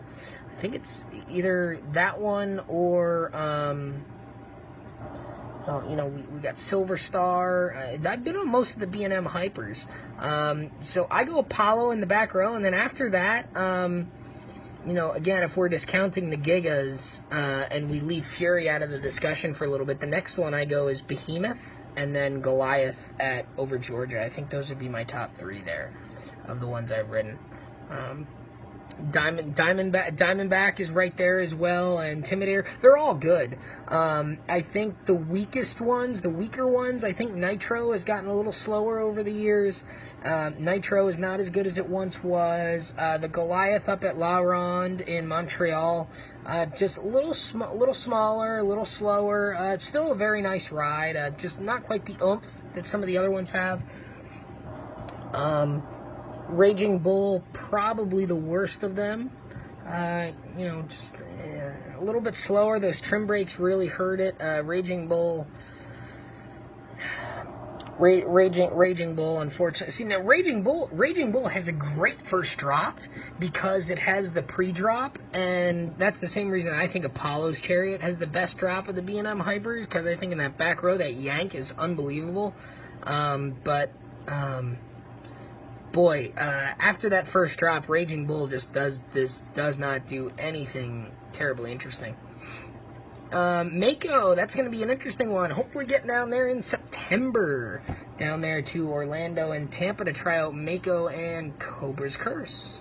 So, I'm excited for Mako because I heard a lot about Mako being slow and the brakes hitting very, very hard, and I've heard in recent weeks that has actually changed, and it actually goes much, much faster, especially in the second half now. So I'm kind of glad I waited on that. I'm looking forward to Mako a lot. So we will see. I will be right back. I'm actually going to go take my contact lenses out because I've had them in. I usually take them out by now. So I will be right back, and then we're getting close to announcement time here.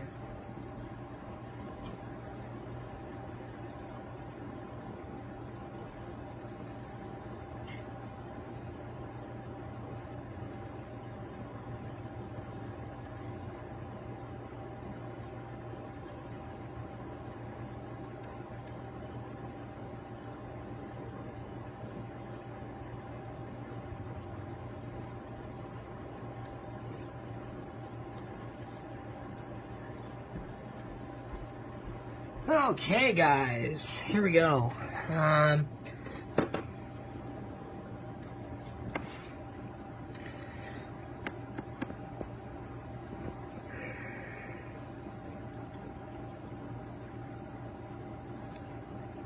Thoughts on Rougarou? I liked Rougarou a lot. I thought it was a big improvement on Mantis.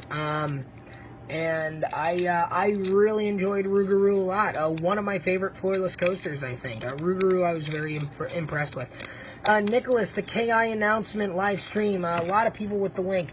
If you go to the Kings Island Twitter page, if you go to the Kings Island Twitter page, it is at Kings Island PR on Twitter. Their most recent post is a link directly to livestream.com. You will need an account. You can make a free account either with Facebook or with an email. And you will be able to watch the live video right from there. Exactly 25 minutes until the stream goes live, so we are getting pretty close. About 5 minutes before the stream goes live, I will make my official prediction. So we'll see. Best floorless coaster. Boy, the rides we had on Dominator a couple weeks ago were very, very good. I think Rougarou deserves to be in that discussion. In terms of being the best, I thought Rougarou was very, very good. I had not been on Superman Krypton down there at Fiesta Texas. The one in Medusa Discovery Kingdom is very good as well. So we will see.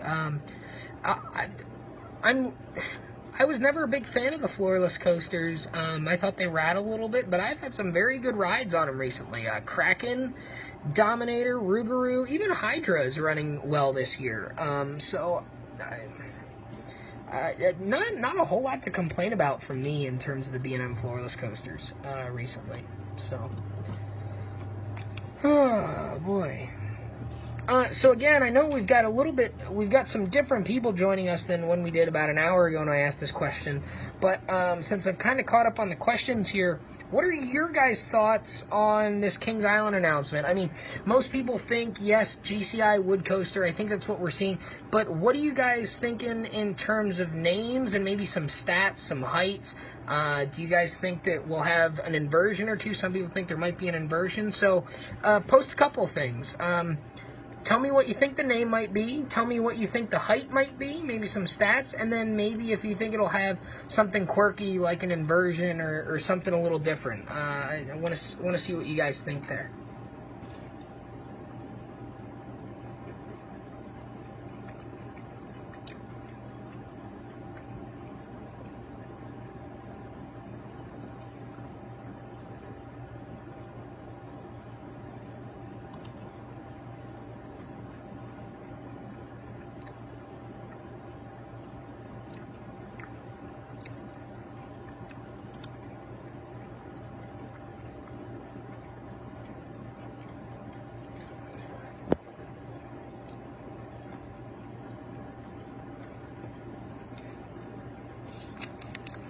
Yeah, a lot of people thinking Splinter Cat might be the way to go. I'm thinking Timber Cat is what I've been leaning towards. I had thought Timber Hawk. Only problem is I know there's a ride in Washington with that same name, so they might run into some issues there.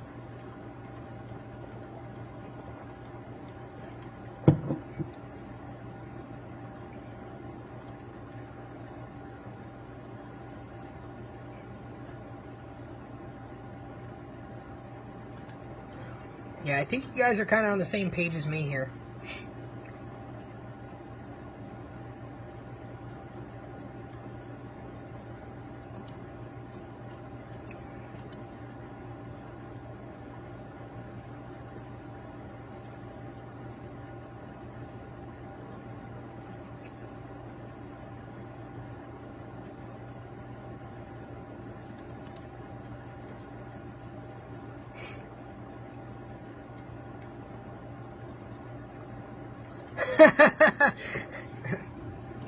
Steve.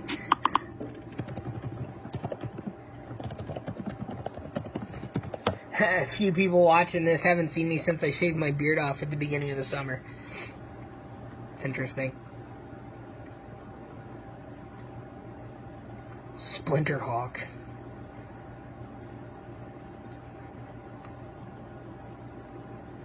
Your inside source, Ryan Wilcox. Well, do you have inside information for us then before we get going here? Wow. Excellent crowd. Very big crowd. If you guys go to Kings Island PR, Kings Island Twitter, they just posted a picture of a very large crowd on hand tonight for the announcement. So, should be a lot of fun for the folks there.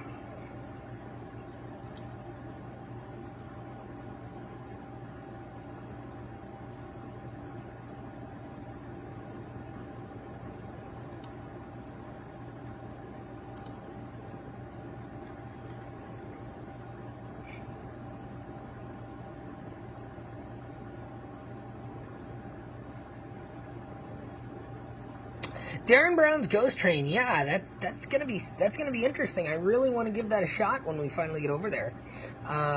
Looks very interesting. I know a couple people who have ridden it and liked it very, very much. So you know, I am looking forward to that. Yes.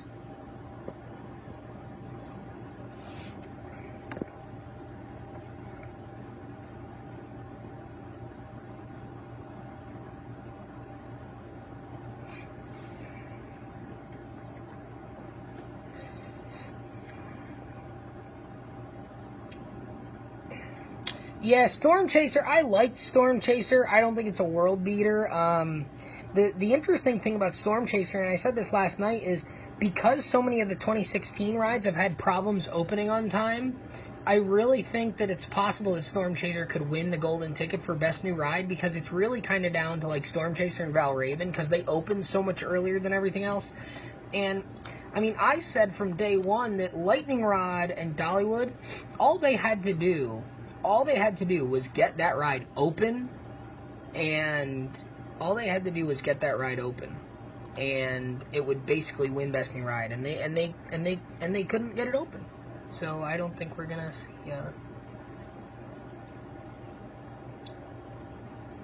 Oh, okay. So if you guys go to, I don't know if you guys are Kings Island Central fans, but it looked, Kings Island Central just posted a picture from the announcement area, and it does seem like there might be some sort of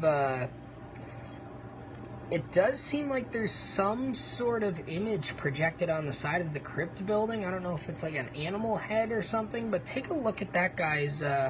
Take a look at that and see what you guys think. Does seem to be a little bit of an image projected there. I'm not sure if it's a creature head or if it's just a texture. I'm not really sure, but let's. I'm interested to see what you guys think there. Earthy refreshments. So again, we're about 18 minutes or so from the announcement stream going live. So when that happens, I will basically, I'll flip my camera if you guys would like, and let you guys watch the video. I will try not to comment a whole lot during the video, and we'll wait until we get some word on. Oh, so the video feed right there has kind of gone live now. It's getting ready to go live. Nothing happening yet, but the video is going up. So I will flip it for you guys if you would like.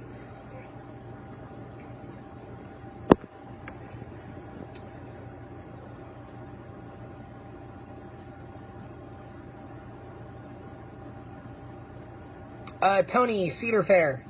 I would take Cedar Fair over Six Flags, definitely.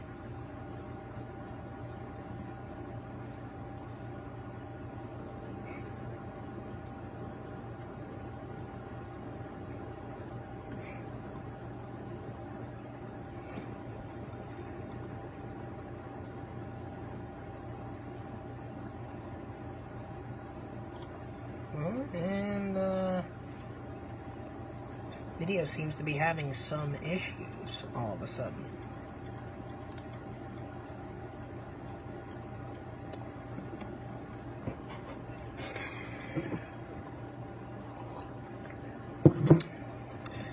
So again, here's a breakdown how it's going to work now. We're about 15 minutes from the feed going up. If you go to COASTER-net.com, there is a news article at the top of the home page that Dwayne Sponseller will be updating for us as we get ride information. So thank you, Dwayne, for doing that. So all the ride information will be available there.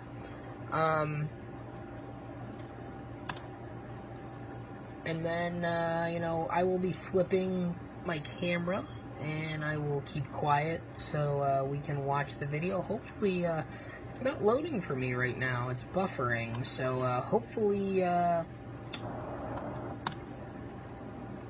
we don't have too many issues here.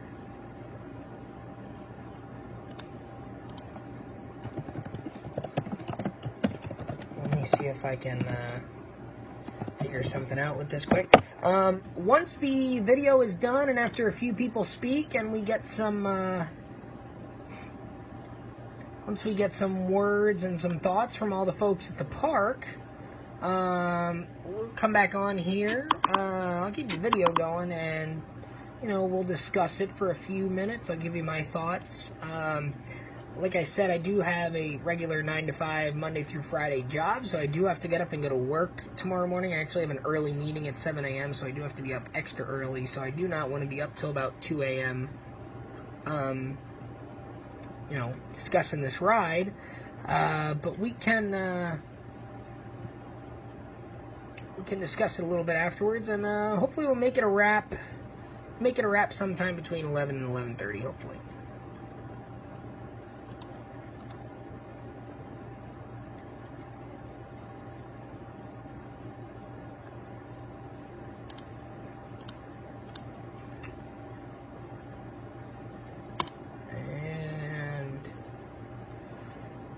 Having trouble with the video right now.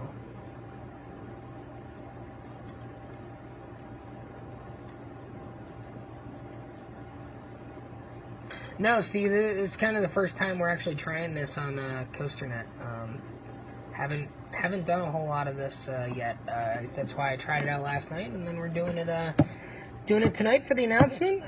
Looks like it's gonna be a lot of fun. Should be exciting. Very excited to see what we end up getting tonight.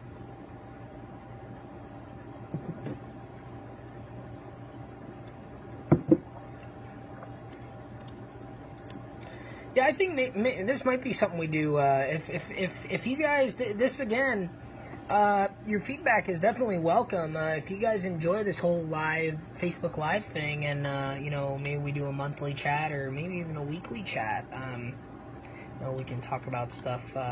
That'd be good too. So, good thoughts.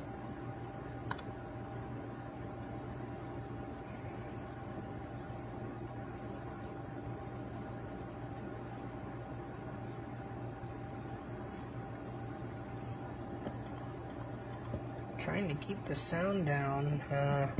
Stream is is anybody else having issues with the stream? My stream is not working very well.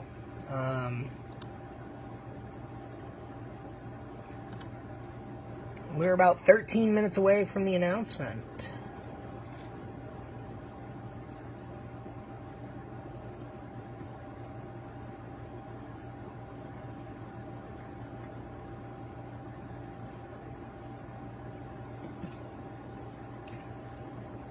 Plot twist, this announcement is going to be the announcement of RMC coming in and doing Mean Streak.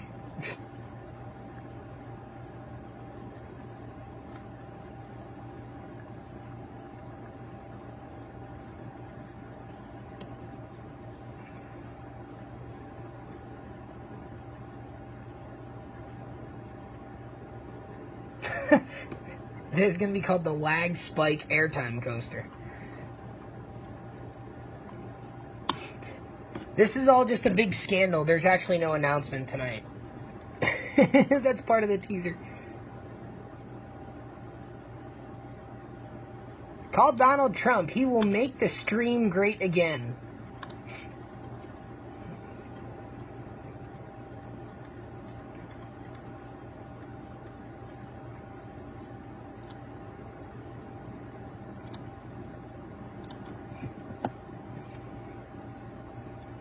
Well, I'm going to head over to Twitter and see how many people are flaming Kings Island right now for the thread not working, the tweet not working. I have a feeling that's going on right now. Oh, wait. I think we got something. Okay, so my stream is not working.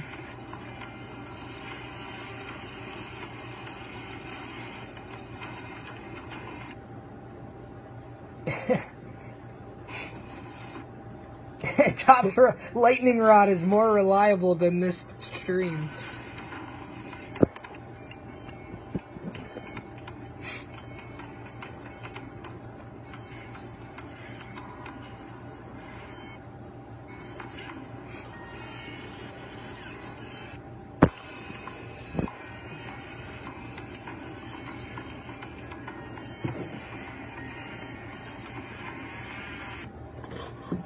Hearing a lot of chainsaws.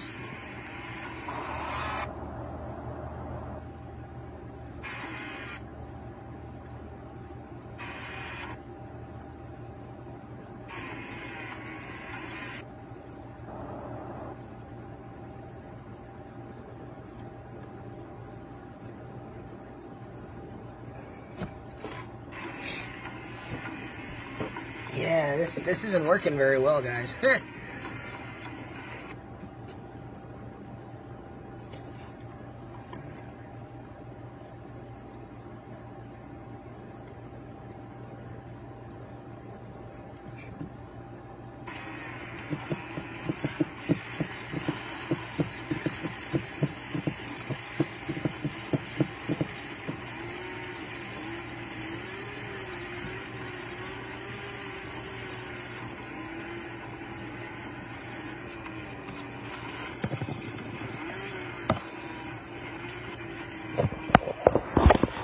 My feed's still working. I'm not going to flip the camera just yet, though.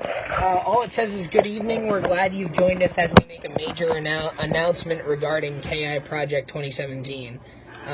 That's all that's really up there right now, so I'm not gonna do anything just yet.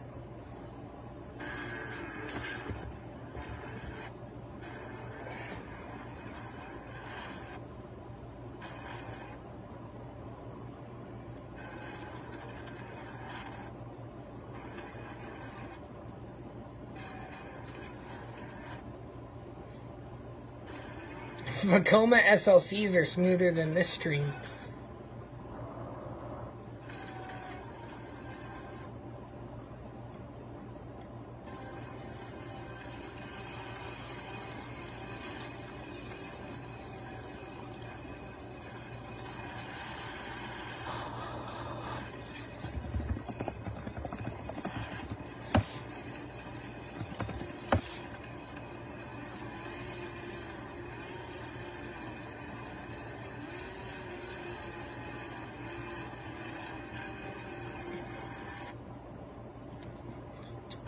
Working a little better for me right now. Still lagging a little bit, but so again, we're about 13 minutes away from 10 o'clock. The 10 o'clock fireworks are going to occur first, and then the announcement will follow shortly after. So hopefully by about 20 after 10, we will, you know, have all the information, because a few people are going to get up and speak. So we will have all the information that we want, hopefully by 10:20, 10:30 or so, and that information will be going up on the COASTER.net website, on the main page there.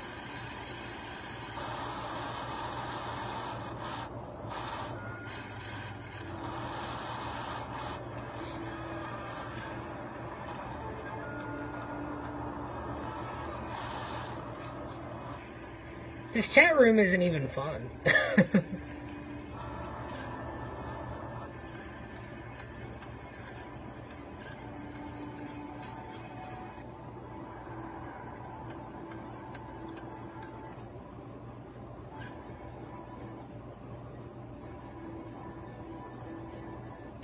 Adam, I'm moving out of this place in like 2 or 3 weeks. This is just a temporary apartment that I'm renting. That's why it's not decorated with coaster stuff.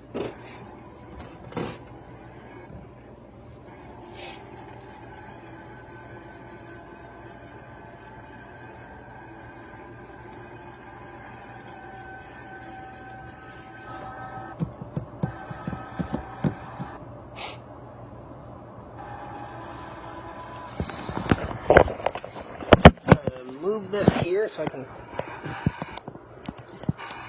This stream is just fantastic, isn't it?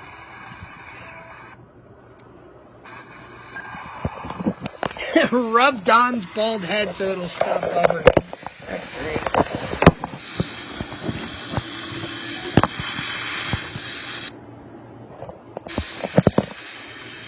Yeah, this chat room is pretty terrible.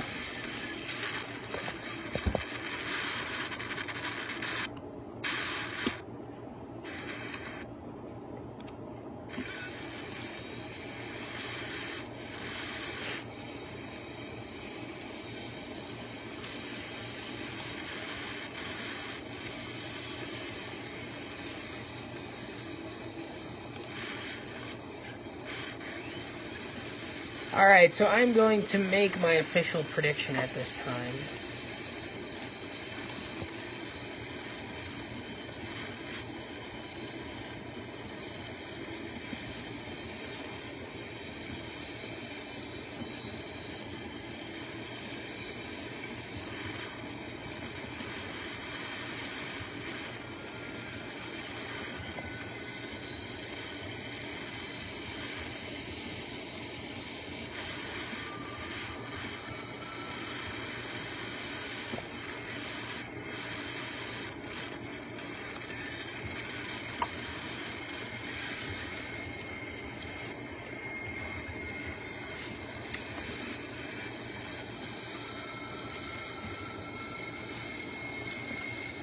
Okay, just typing out my official prediction to Facebook, and then I will read it off to you guys.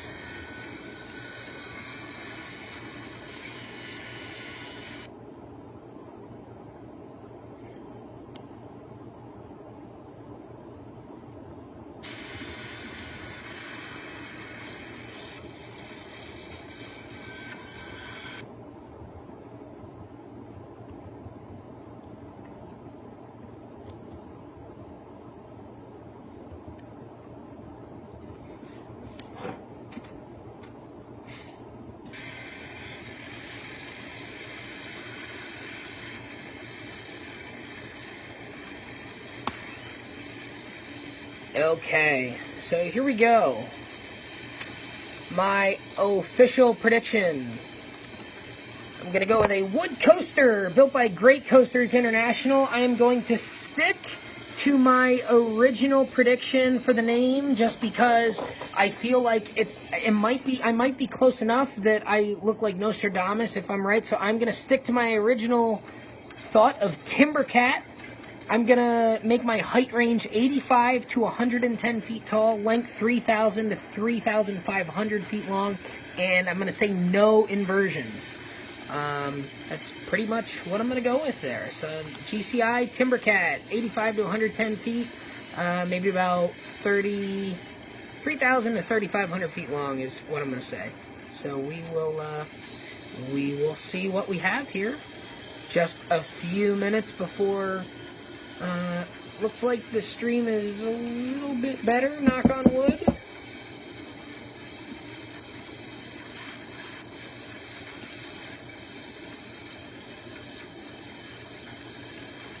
So I will be right back, and then we'll get going here.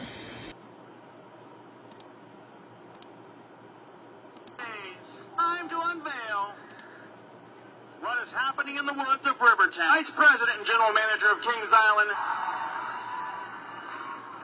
Thanks, Master, to get you all home in time to watch Hiller. Wow. All right, home in time to watch Hiller. Wow. All right. Oh boy. I'm going to try and get different feed up. I think they have a feed going on. To tell us right now, let's end the suspense. Well, first of all, that wouldn't be any fun. We prefer to tease it a little bit. And second, we're just not finished with all the final details. We'll come out with those in mid-August for everyone. So, let's move forward. I'm assuming roughly 50% of you here tonight are wanting to see the unveiling of our new ride. Am I right?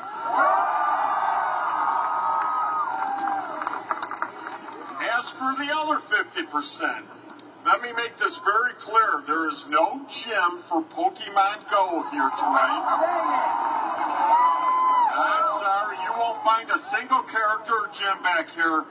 However, at this point, it is my pleasure to introduce this video. Here we go.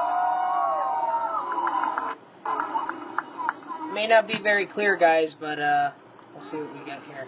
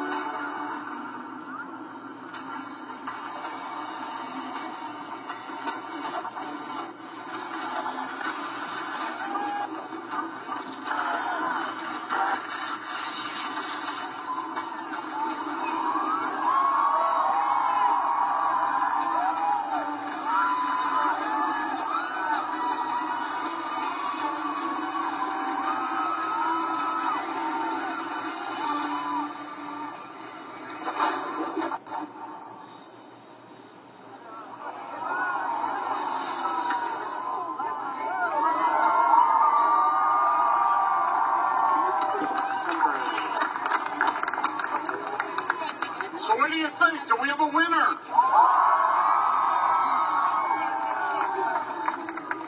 All right, I'm going to take a few moments here, and we're going to video a little more teasing here in a few minutes. But first, I want to take a few moments to address the history behind Mystic Timbers, the 16th coaster here at Kings Island.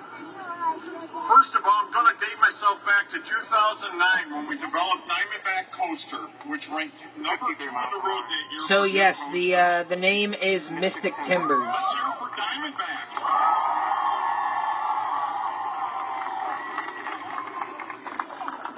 Well, that year we lost to the number 1 ride in the world that year, Roads of Fun Welcome Prowler, a GCI-built coaster that proved to beat Diamondback, so we don't like to lose, folks.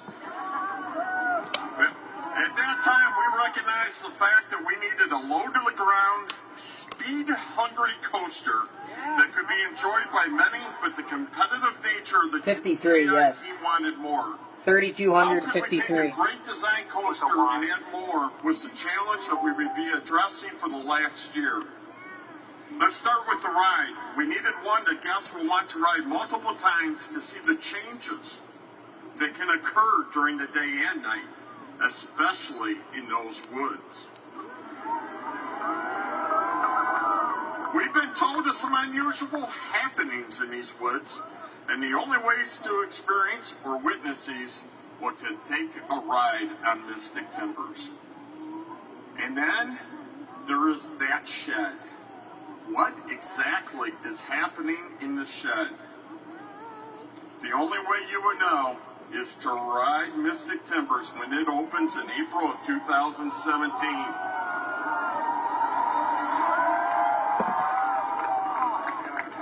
What happens in the shed will stay in the shed. And no more information will be forthcoming in regards to what lies ahead. I do want to take a minute to thank our team at corporate who have been in the background. So there will be another announcement in mid-August. There will be a second announcement. Crane, Augie Lococo, and Scott Graybill.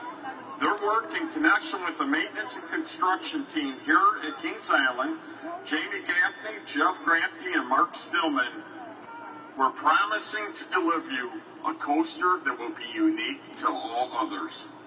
And at this time, I would like to introduce Adam House, design engineer from GCI, to give you a little of the designer's thinking behind Mystic Timbers.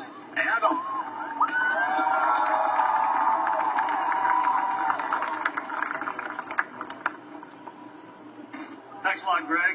again, special thanks to the Kings Island team that we've been dealing with, as well as Cedar Fair Corporate. You guys have been great to work with thus far.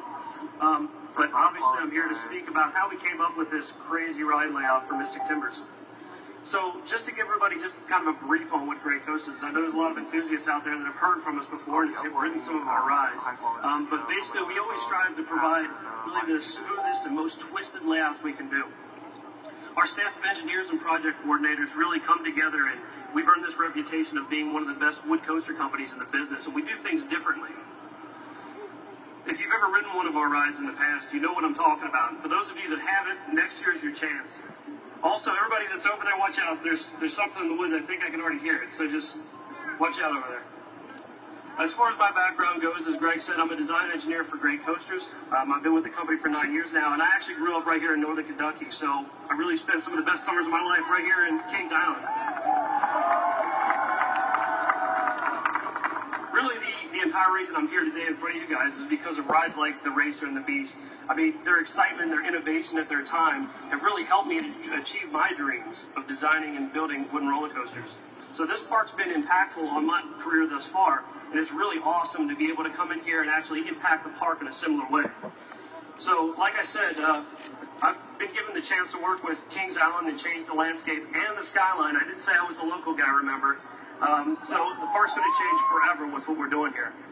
That being said, we of course used the Racer and the Beast as our inspiration for this incredible 2017 ride, Mystic Timbers. Taking some of that classic out and back feel, really with what the Beast, some of the best the Beast has to offer with that in the dark, fast-paced, crazy ride. What we've done is kind of taken our personal twist and really created this amazing ride. And I'm excited to show you guys the POV. We're getting to that.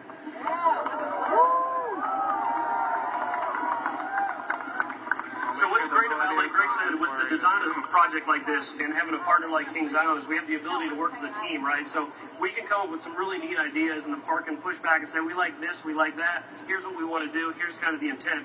And that's really what we've done with this ride. And along the way, of course, we hit a few challenges. Some of those challenges are, how are we going to get around Whitewater Canyon? Obviously, we want to keep that ride and make it great. How do we stay within the train boundaries and stay inside of the clearance envelope? So what it comes down to is my job every day is to create fun, and create fun for you guys. I think you guys can respect that, right? So enough about how we kind of designed the ride, and I'm sure everybody's really itching to hear what this ride has to offer. Am I right? So visitors to Kings Island have known for years about the woods here in southern Ohio and the creatures, in particular beasts lurking in them. But this next year, the woods strike back. Your journey begins on a slow climb through the woods and treetops. You're going to barely remember that you're inside the park at this point. Where most roller coasters are designed to gain speed and then slow back down over the camelbacks, they're fun rides. What we've done with this ride is pulled out all the stops. Mystic Timbers will go start to finish just crazy, okay? After the second large drop, we increase the speed even more and race with low, hover-in-your-seat airtime moments as you cross the existing lagoon and pop back up into a labyrinth of forest that's on the other side. You're going to lose sense of all direction once you're over there and race at tremendous speeds over the peaks and valleys, dodging close encounters with Whitewater Canyon. What's great is guests on Whitewater Canyon are going to get really some of the best views of this ride and catch incredible, amazing visuals that they've never seen before as the train's flying over top and speeding, dodging, twisting, turning, doing everything that's going on back there. So working on getting a better stream, guys. You're going to begin your lightning fast run back home. As you fly back over the lagoon, you're going to jump back into the heart of Rivertown and again, go inside the shed. And guys, I don't even know what's inside the shed at this point. As far as the ride stats are concerned, the ride's going to have a lift hill of 109 feet, a first drop of 97 feet, an incredible ride length of 3,265 feet, and a top speed of 53 miles per hour. And again, as the video showed, there's going to be an extreme S-turn and 16 airtime hills. I think everybody can respect that, right? Lift hill, 109 feet, first drop of 97 feet, an incredible ride length of 3,265 feet, and a top speed of 53 miles per hour. And again, as the video showed, there's going to be an extreme S-turn and 16 airtime hills. I think everybody can respect that, right? And just a few other notes here. With the addition of Mystic Timbers, Kings Island will once again start to set records or keep up with their records. They will hold the record for the park with the most wooden roller coaster track on Earth. It's 18,800 feet of track.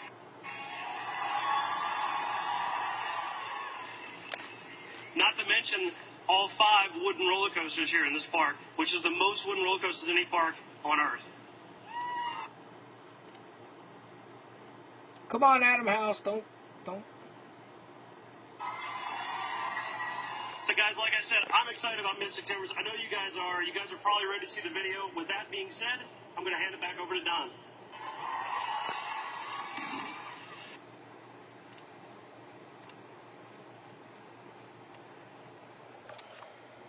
Get this on a bigger screen here. Now, we know that spring is still pretty far off. So if you cannot wait until spring to ride Mystic Timbers, let's hear you right now.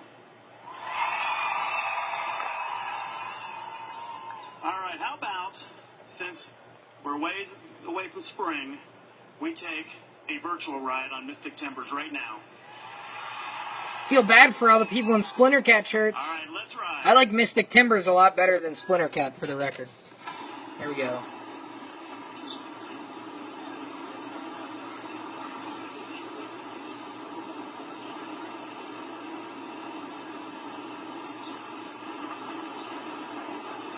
Yes, this was made with no limits.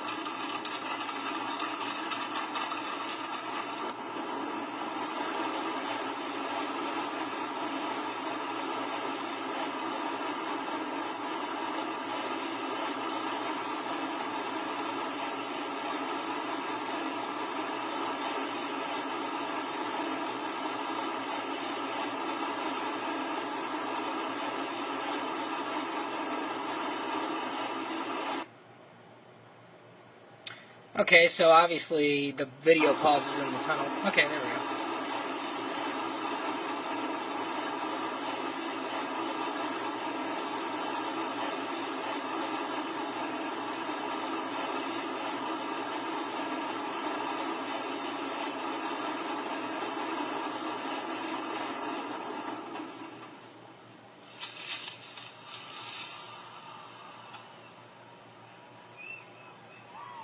So I know you're not going to be able to ride Mystic Timbers just once, so how about we do it again?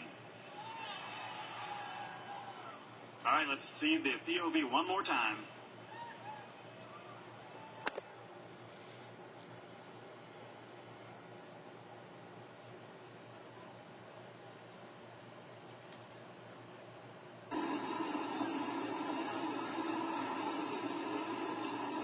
Oh, I thought they were going to go to a night shot.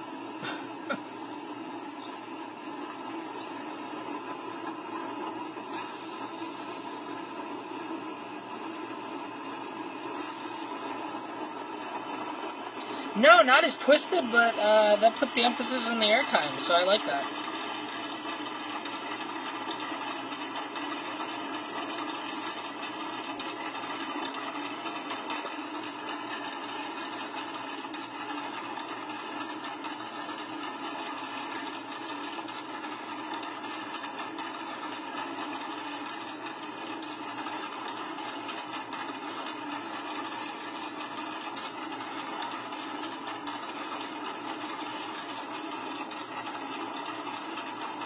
Transition coaster, that's absolutely right.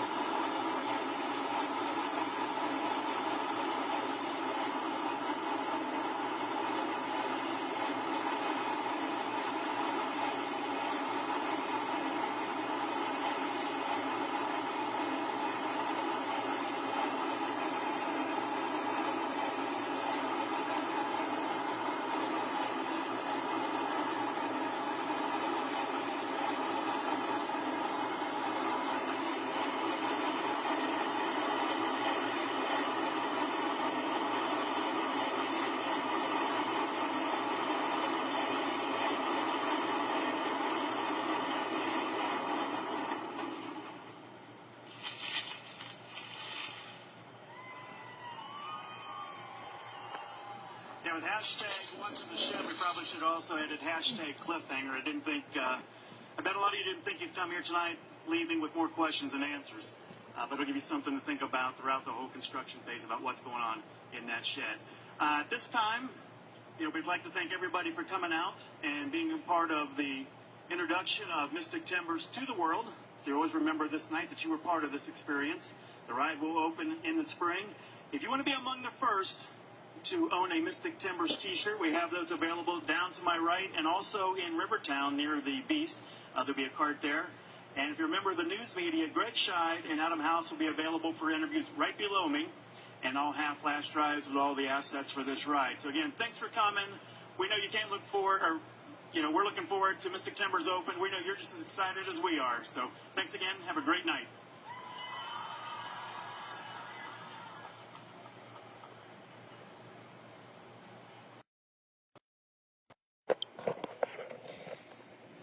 All right, so that looks like that's it. What do you guys think?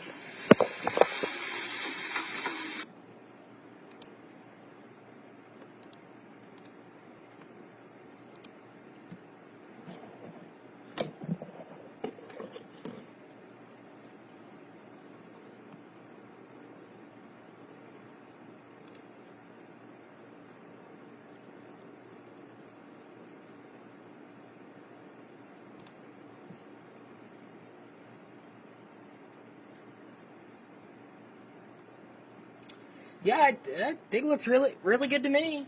I'm happy. It's exactly what I thought it would be. The layout was nice.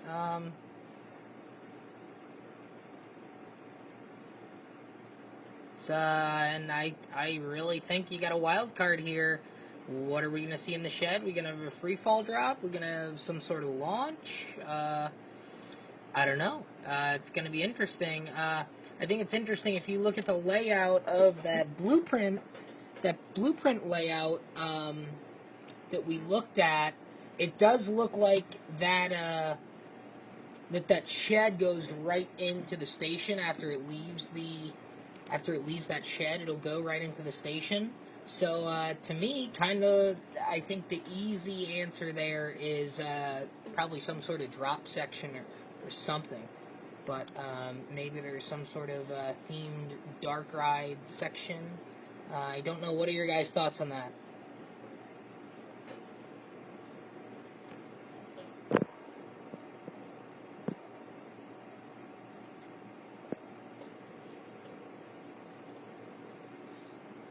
Yes, Mystic Timbers is the name. I think free fall drop is probably what we're gonna see there. That would be my first guess, but I don't know. Well, we will have to wait and see.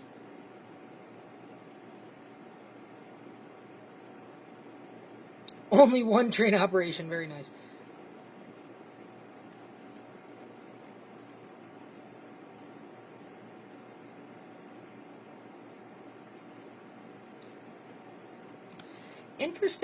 Interesting thoughts. It's going to be really interesting to see what we get here. Again, my first inkling is a drop section or maybe some sort of indoor theme. Maybe they take a theme. Maybe they take a cue from Verbolten and have a free fall drop with a theme section. I think that would be awesome. But I guess the interesting thing about that is, it wouldn't have a launch or anything, after that, I don't think, because that based on the blueprints, it looks like it goes right into the station from there. So I think maybe it's more like 13, where it's launched, or not launched, it has free fall drop and then goes right into the station, so that's like at the end there. So I don't know, that will be very interesting to see what happens there.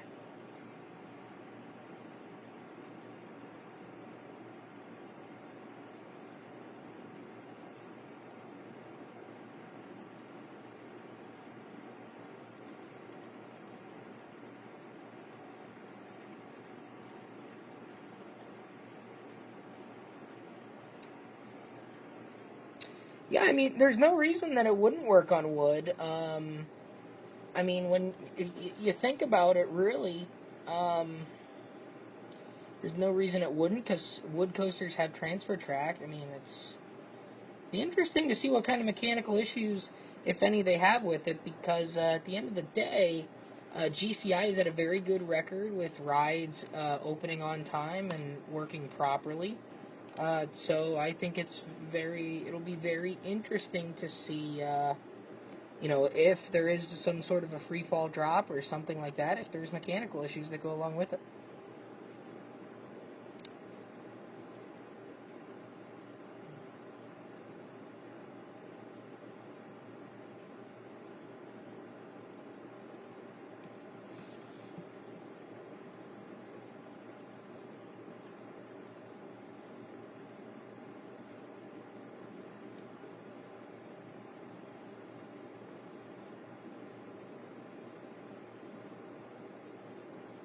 Man, the people in that chat on live stream do not like this ride at all.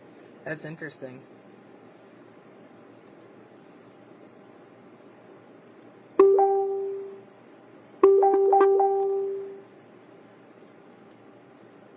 Man, these people do not like this ride at all.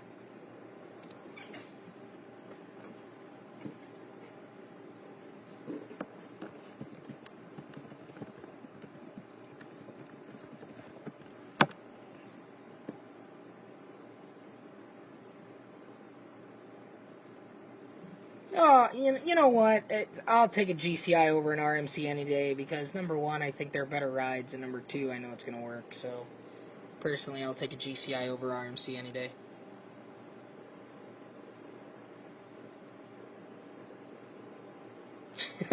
Adam.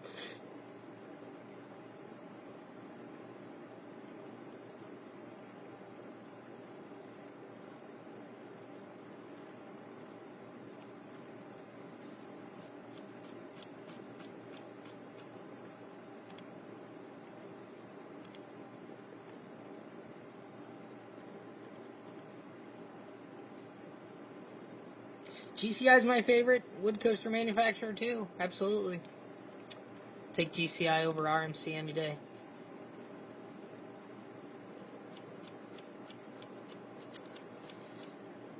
All right. So it's about 10:30. Any question? Anything you got? Any more thoughts you guys want from me?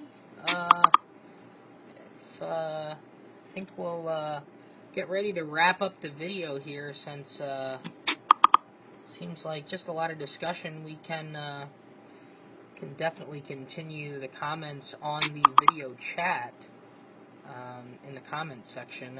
But if you guys have any questions for me, my thoughts, or other questions, now would be the time to ask. Otherwise, I'm gonna wrap up the video in a few minutes, and we'll make it a wrap. So I don't know. What do you guys think? I think you guys generally like it, as do I. Multiple experiences. I think maybe that's referring to night and day, or maybe it's like for Bolton, where we see a couple of different themes inside the building. So I think maybe that's part of what we're seeing there, Logan.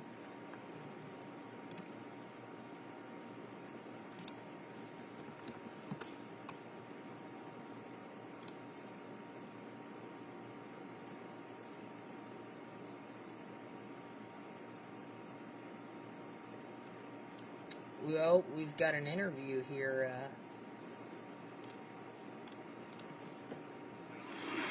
So really, with just a lot of tie-ins, when you look back at some of the teasers that we did, it does interact with Whitewater Canyon. So we had, over the river.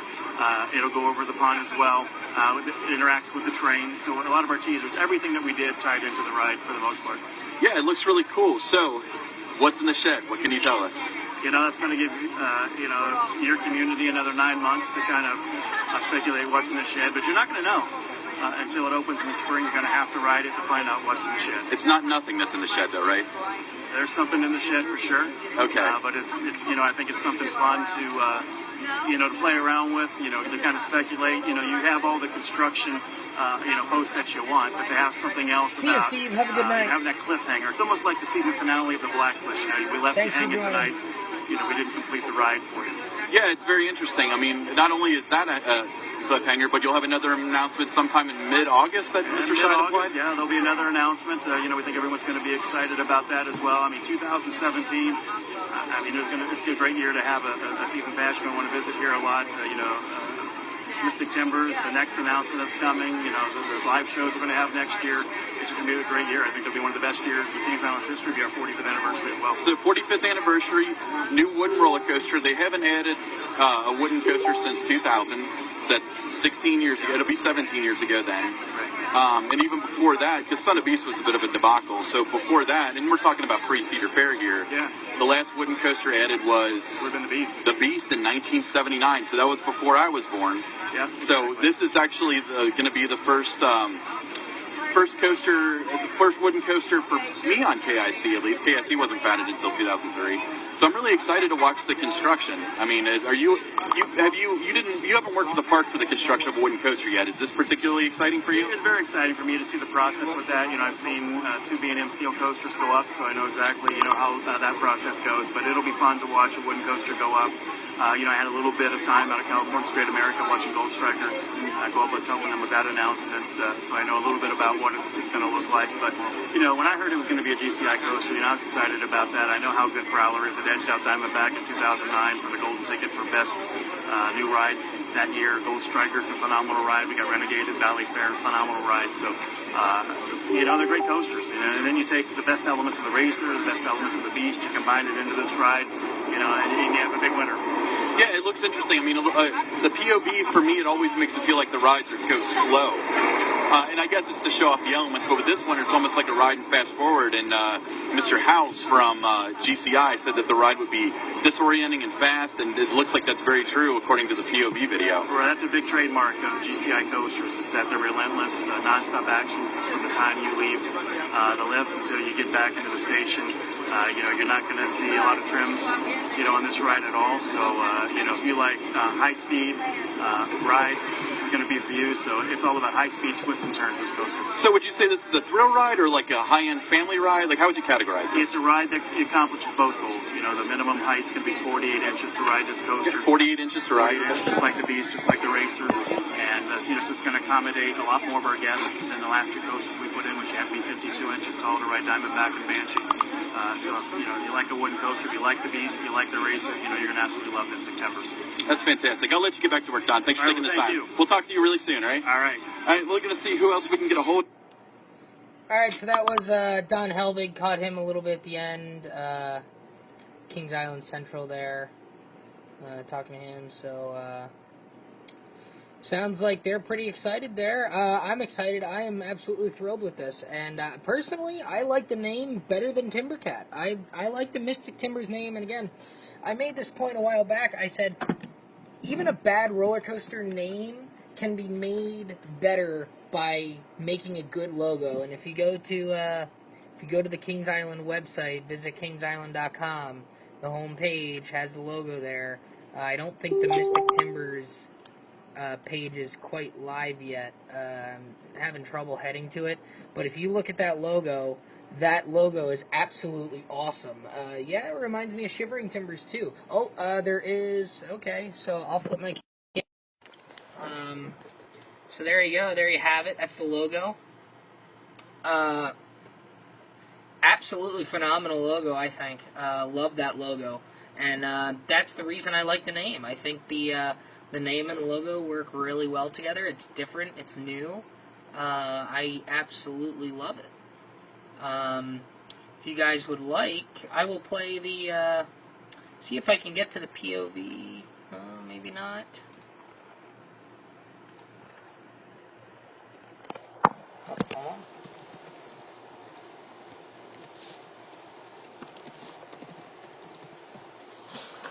May not be able to get to the POV just yet. Oh yeah, Logan absolutely is definitely a contender for tournament of logos right away. This immediately becomes one of my favorite ride logos right away. Absolutely. No doubt about it. Awesome name, awesome logo, high-speed GCI ride. Prowler is a great coaster. No pun intended. Prowler is an awesome roller coaster. And, it's looking like, this looks like it takes Prowler up a notch. It looks like it takes it to the next level. A little bit higher, a little bit faster, maybe a little bit longer, and then you've got that shed as well. So I think there's a lot of things to be excited. So here we go. There we go. What's in the shed? It's a nice little teaser they got right there. 16 airtime hills, 109 feet, 53 miles per hour. So I was correct on the height. I said 85 to 110, so we got 109. I said between 3,000 and 3,500, so 3,265 right down the middle. 53 miles per hour, 16 airtime hills. It is GCI, so really the only thing I missed here is the name. I was going with Timbercat, and we get Mystic Timbers, which I think I like Mystic Timbers a lot better than Splintercat. I actually like Mystic Timbers better than Timbercat. I think this is an awesome name. Again, awesome logo as well. Oh, here we go. We do have a POV. Let's see if this will play for us. Oh yeah, definitely made in No Limits. So I will skip ahead, if you guys please. Once it starts buffering, I will put it up over here. And you guys can see this for yourself, but I'll play it while we're still live here.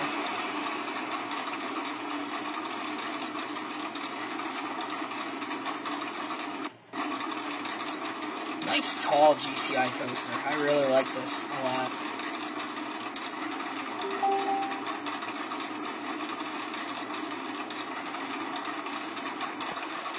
And here we go.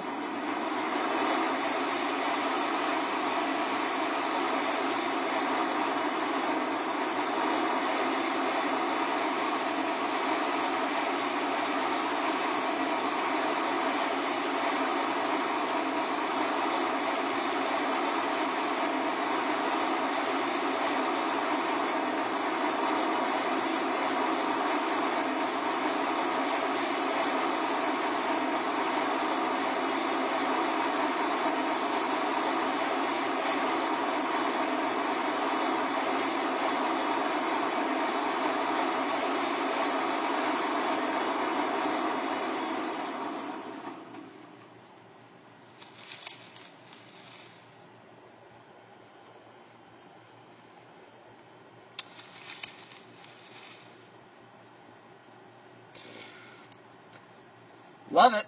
I love it. I really like this, guys. I think we're in for a treat.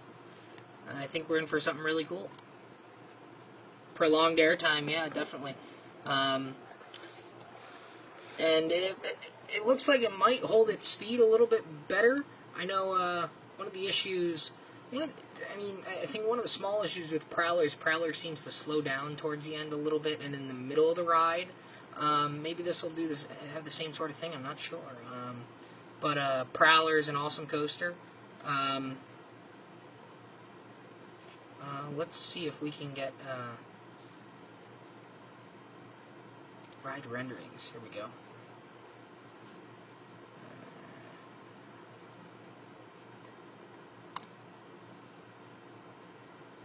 Yeah, Gold Striker doesn't slow down at all. So if this is anything similar to that. Where are you guys looking at the lead car? The website is not cooperating with me right now.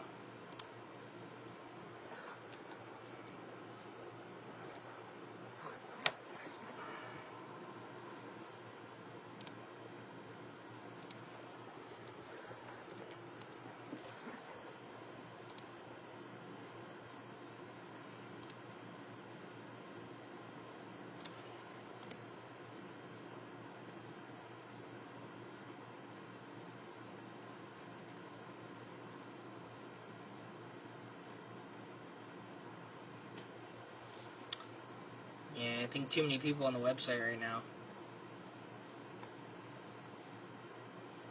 POV video. It's cool.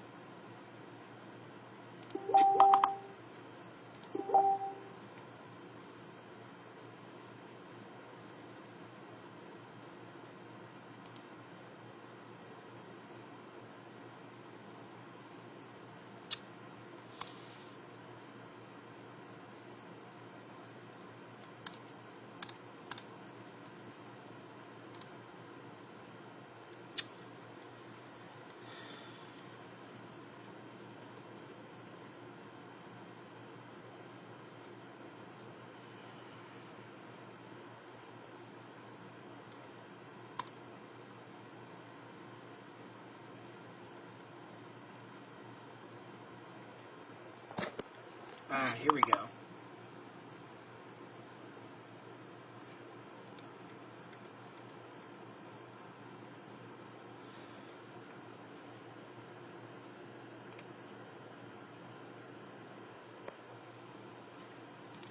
Course gap, broken images.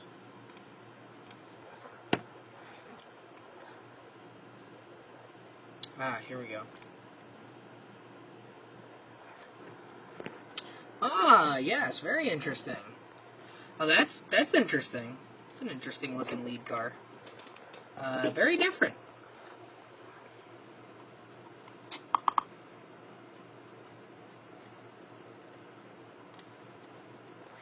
Oh yeah, it goes right over the river there. That's pretty cool. I like that a lot.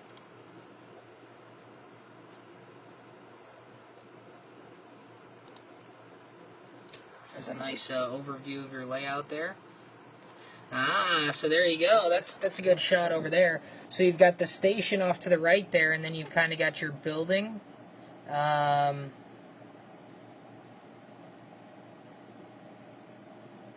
the lead car is that little truck there, so that's interesting. I'm thinking maybe there's a drop track in that left brake building there. Maybe, and then it comes back up, and then maybe go through like a dark ride, or maybe it's just a dark ride portion. Maybe it's sort of like a Gringotts type of thing, where it's more on like a simulator track. Yeah, dark ride portion while you're stacked on the brakes. So maybe it's not a drop track. I don't know. Maybe it's just more of a dark ride. Yeah, maybe it is. That's what I'm thinking, Josh. Maybe it is a drop track, and then that doubles as like the transfer, because you can kind of see off to the side here. There does seem to be some building off to the right, so maybe their storage area is down here along the ground. So maybe you see something like that. Yeah, the lead car is that seems to be that truck. Very interesting. Very interesting. Cool. Well, I think this is very exciting. I think track layout and stats got a lot of different stuff we can look at here. But I am very pleased. It's what I expected and what I think hopefully you guys expected. Hopefully you guys are excited for it, as I am. I know not everyone's happy with it, but I think this is fantastic. I think this is a great addition for Kings Island. I think this is... love the name, love the logo, really like the layout, and super excited to see what this ride has. So with that, almost 11 o'clock or so, Andy and I, as soon as Andy gets back in town, I know he's still on his epic road trip, as soon as he gets back in, he is going to, I'm sure we will do an uncut show, and we'll get it, we'll get that up as soon as we can. I think this is a perfect fit. I think this is awesome, and me being a huge GCI fan, I think this is absolutely phenomenal, and I am very, very excited for this ride. So with that, I think we're going to call it a wrap for tonight. Thanks, everyone, for joining in. This was a lot of fun. If you guys like this, certainly, let us know. Keep commenting here even after the video ends. Let us know if you liked it, and maybe we'll do some more of these live videos here. I think this was a lot of fun. Yes, Beast Uncut after the announcements, Dwayne. It will be Dwayne, Andy, and myself. I think we may go live for the Carowinds announcement. We could possibly do that. So we can certainly talk about doing that sort of stuff. So before end the show or the stream, I guess here. Thanks all for joining tonight. This is a lot of fun. Thanks for the questions and the feedback and all that. Keep watching the YouTube channel for more episodes of Beat the Beast and the COASTER-net Top 5 and COASTER-net Uncut. Those are coming. Check out the new forums if you're not on there already. Make sure you guys are on the new forums. Lots of good discussion.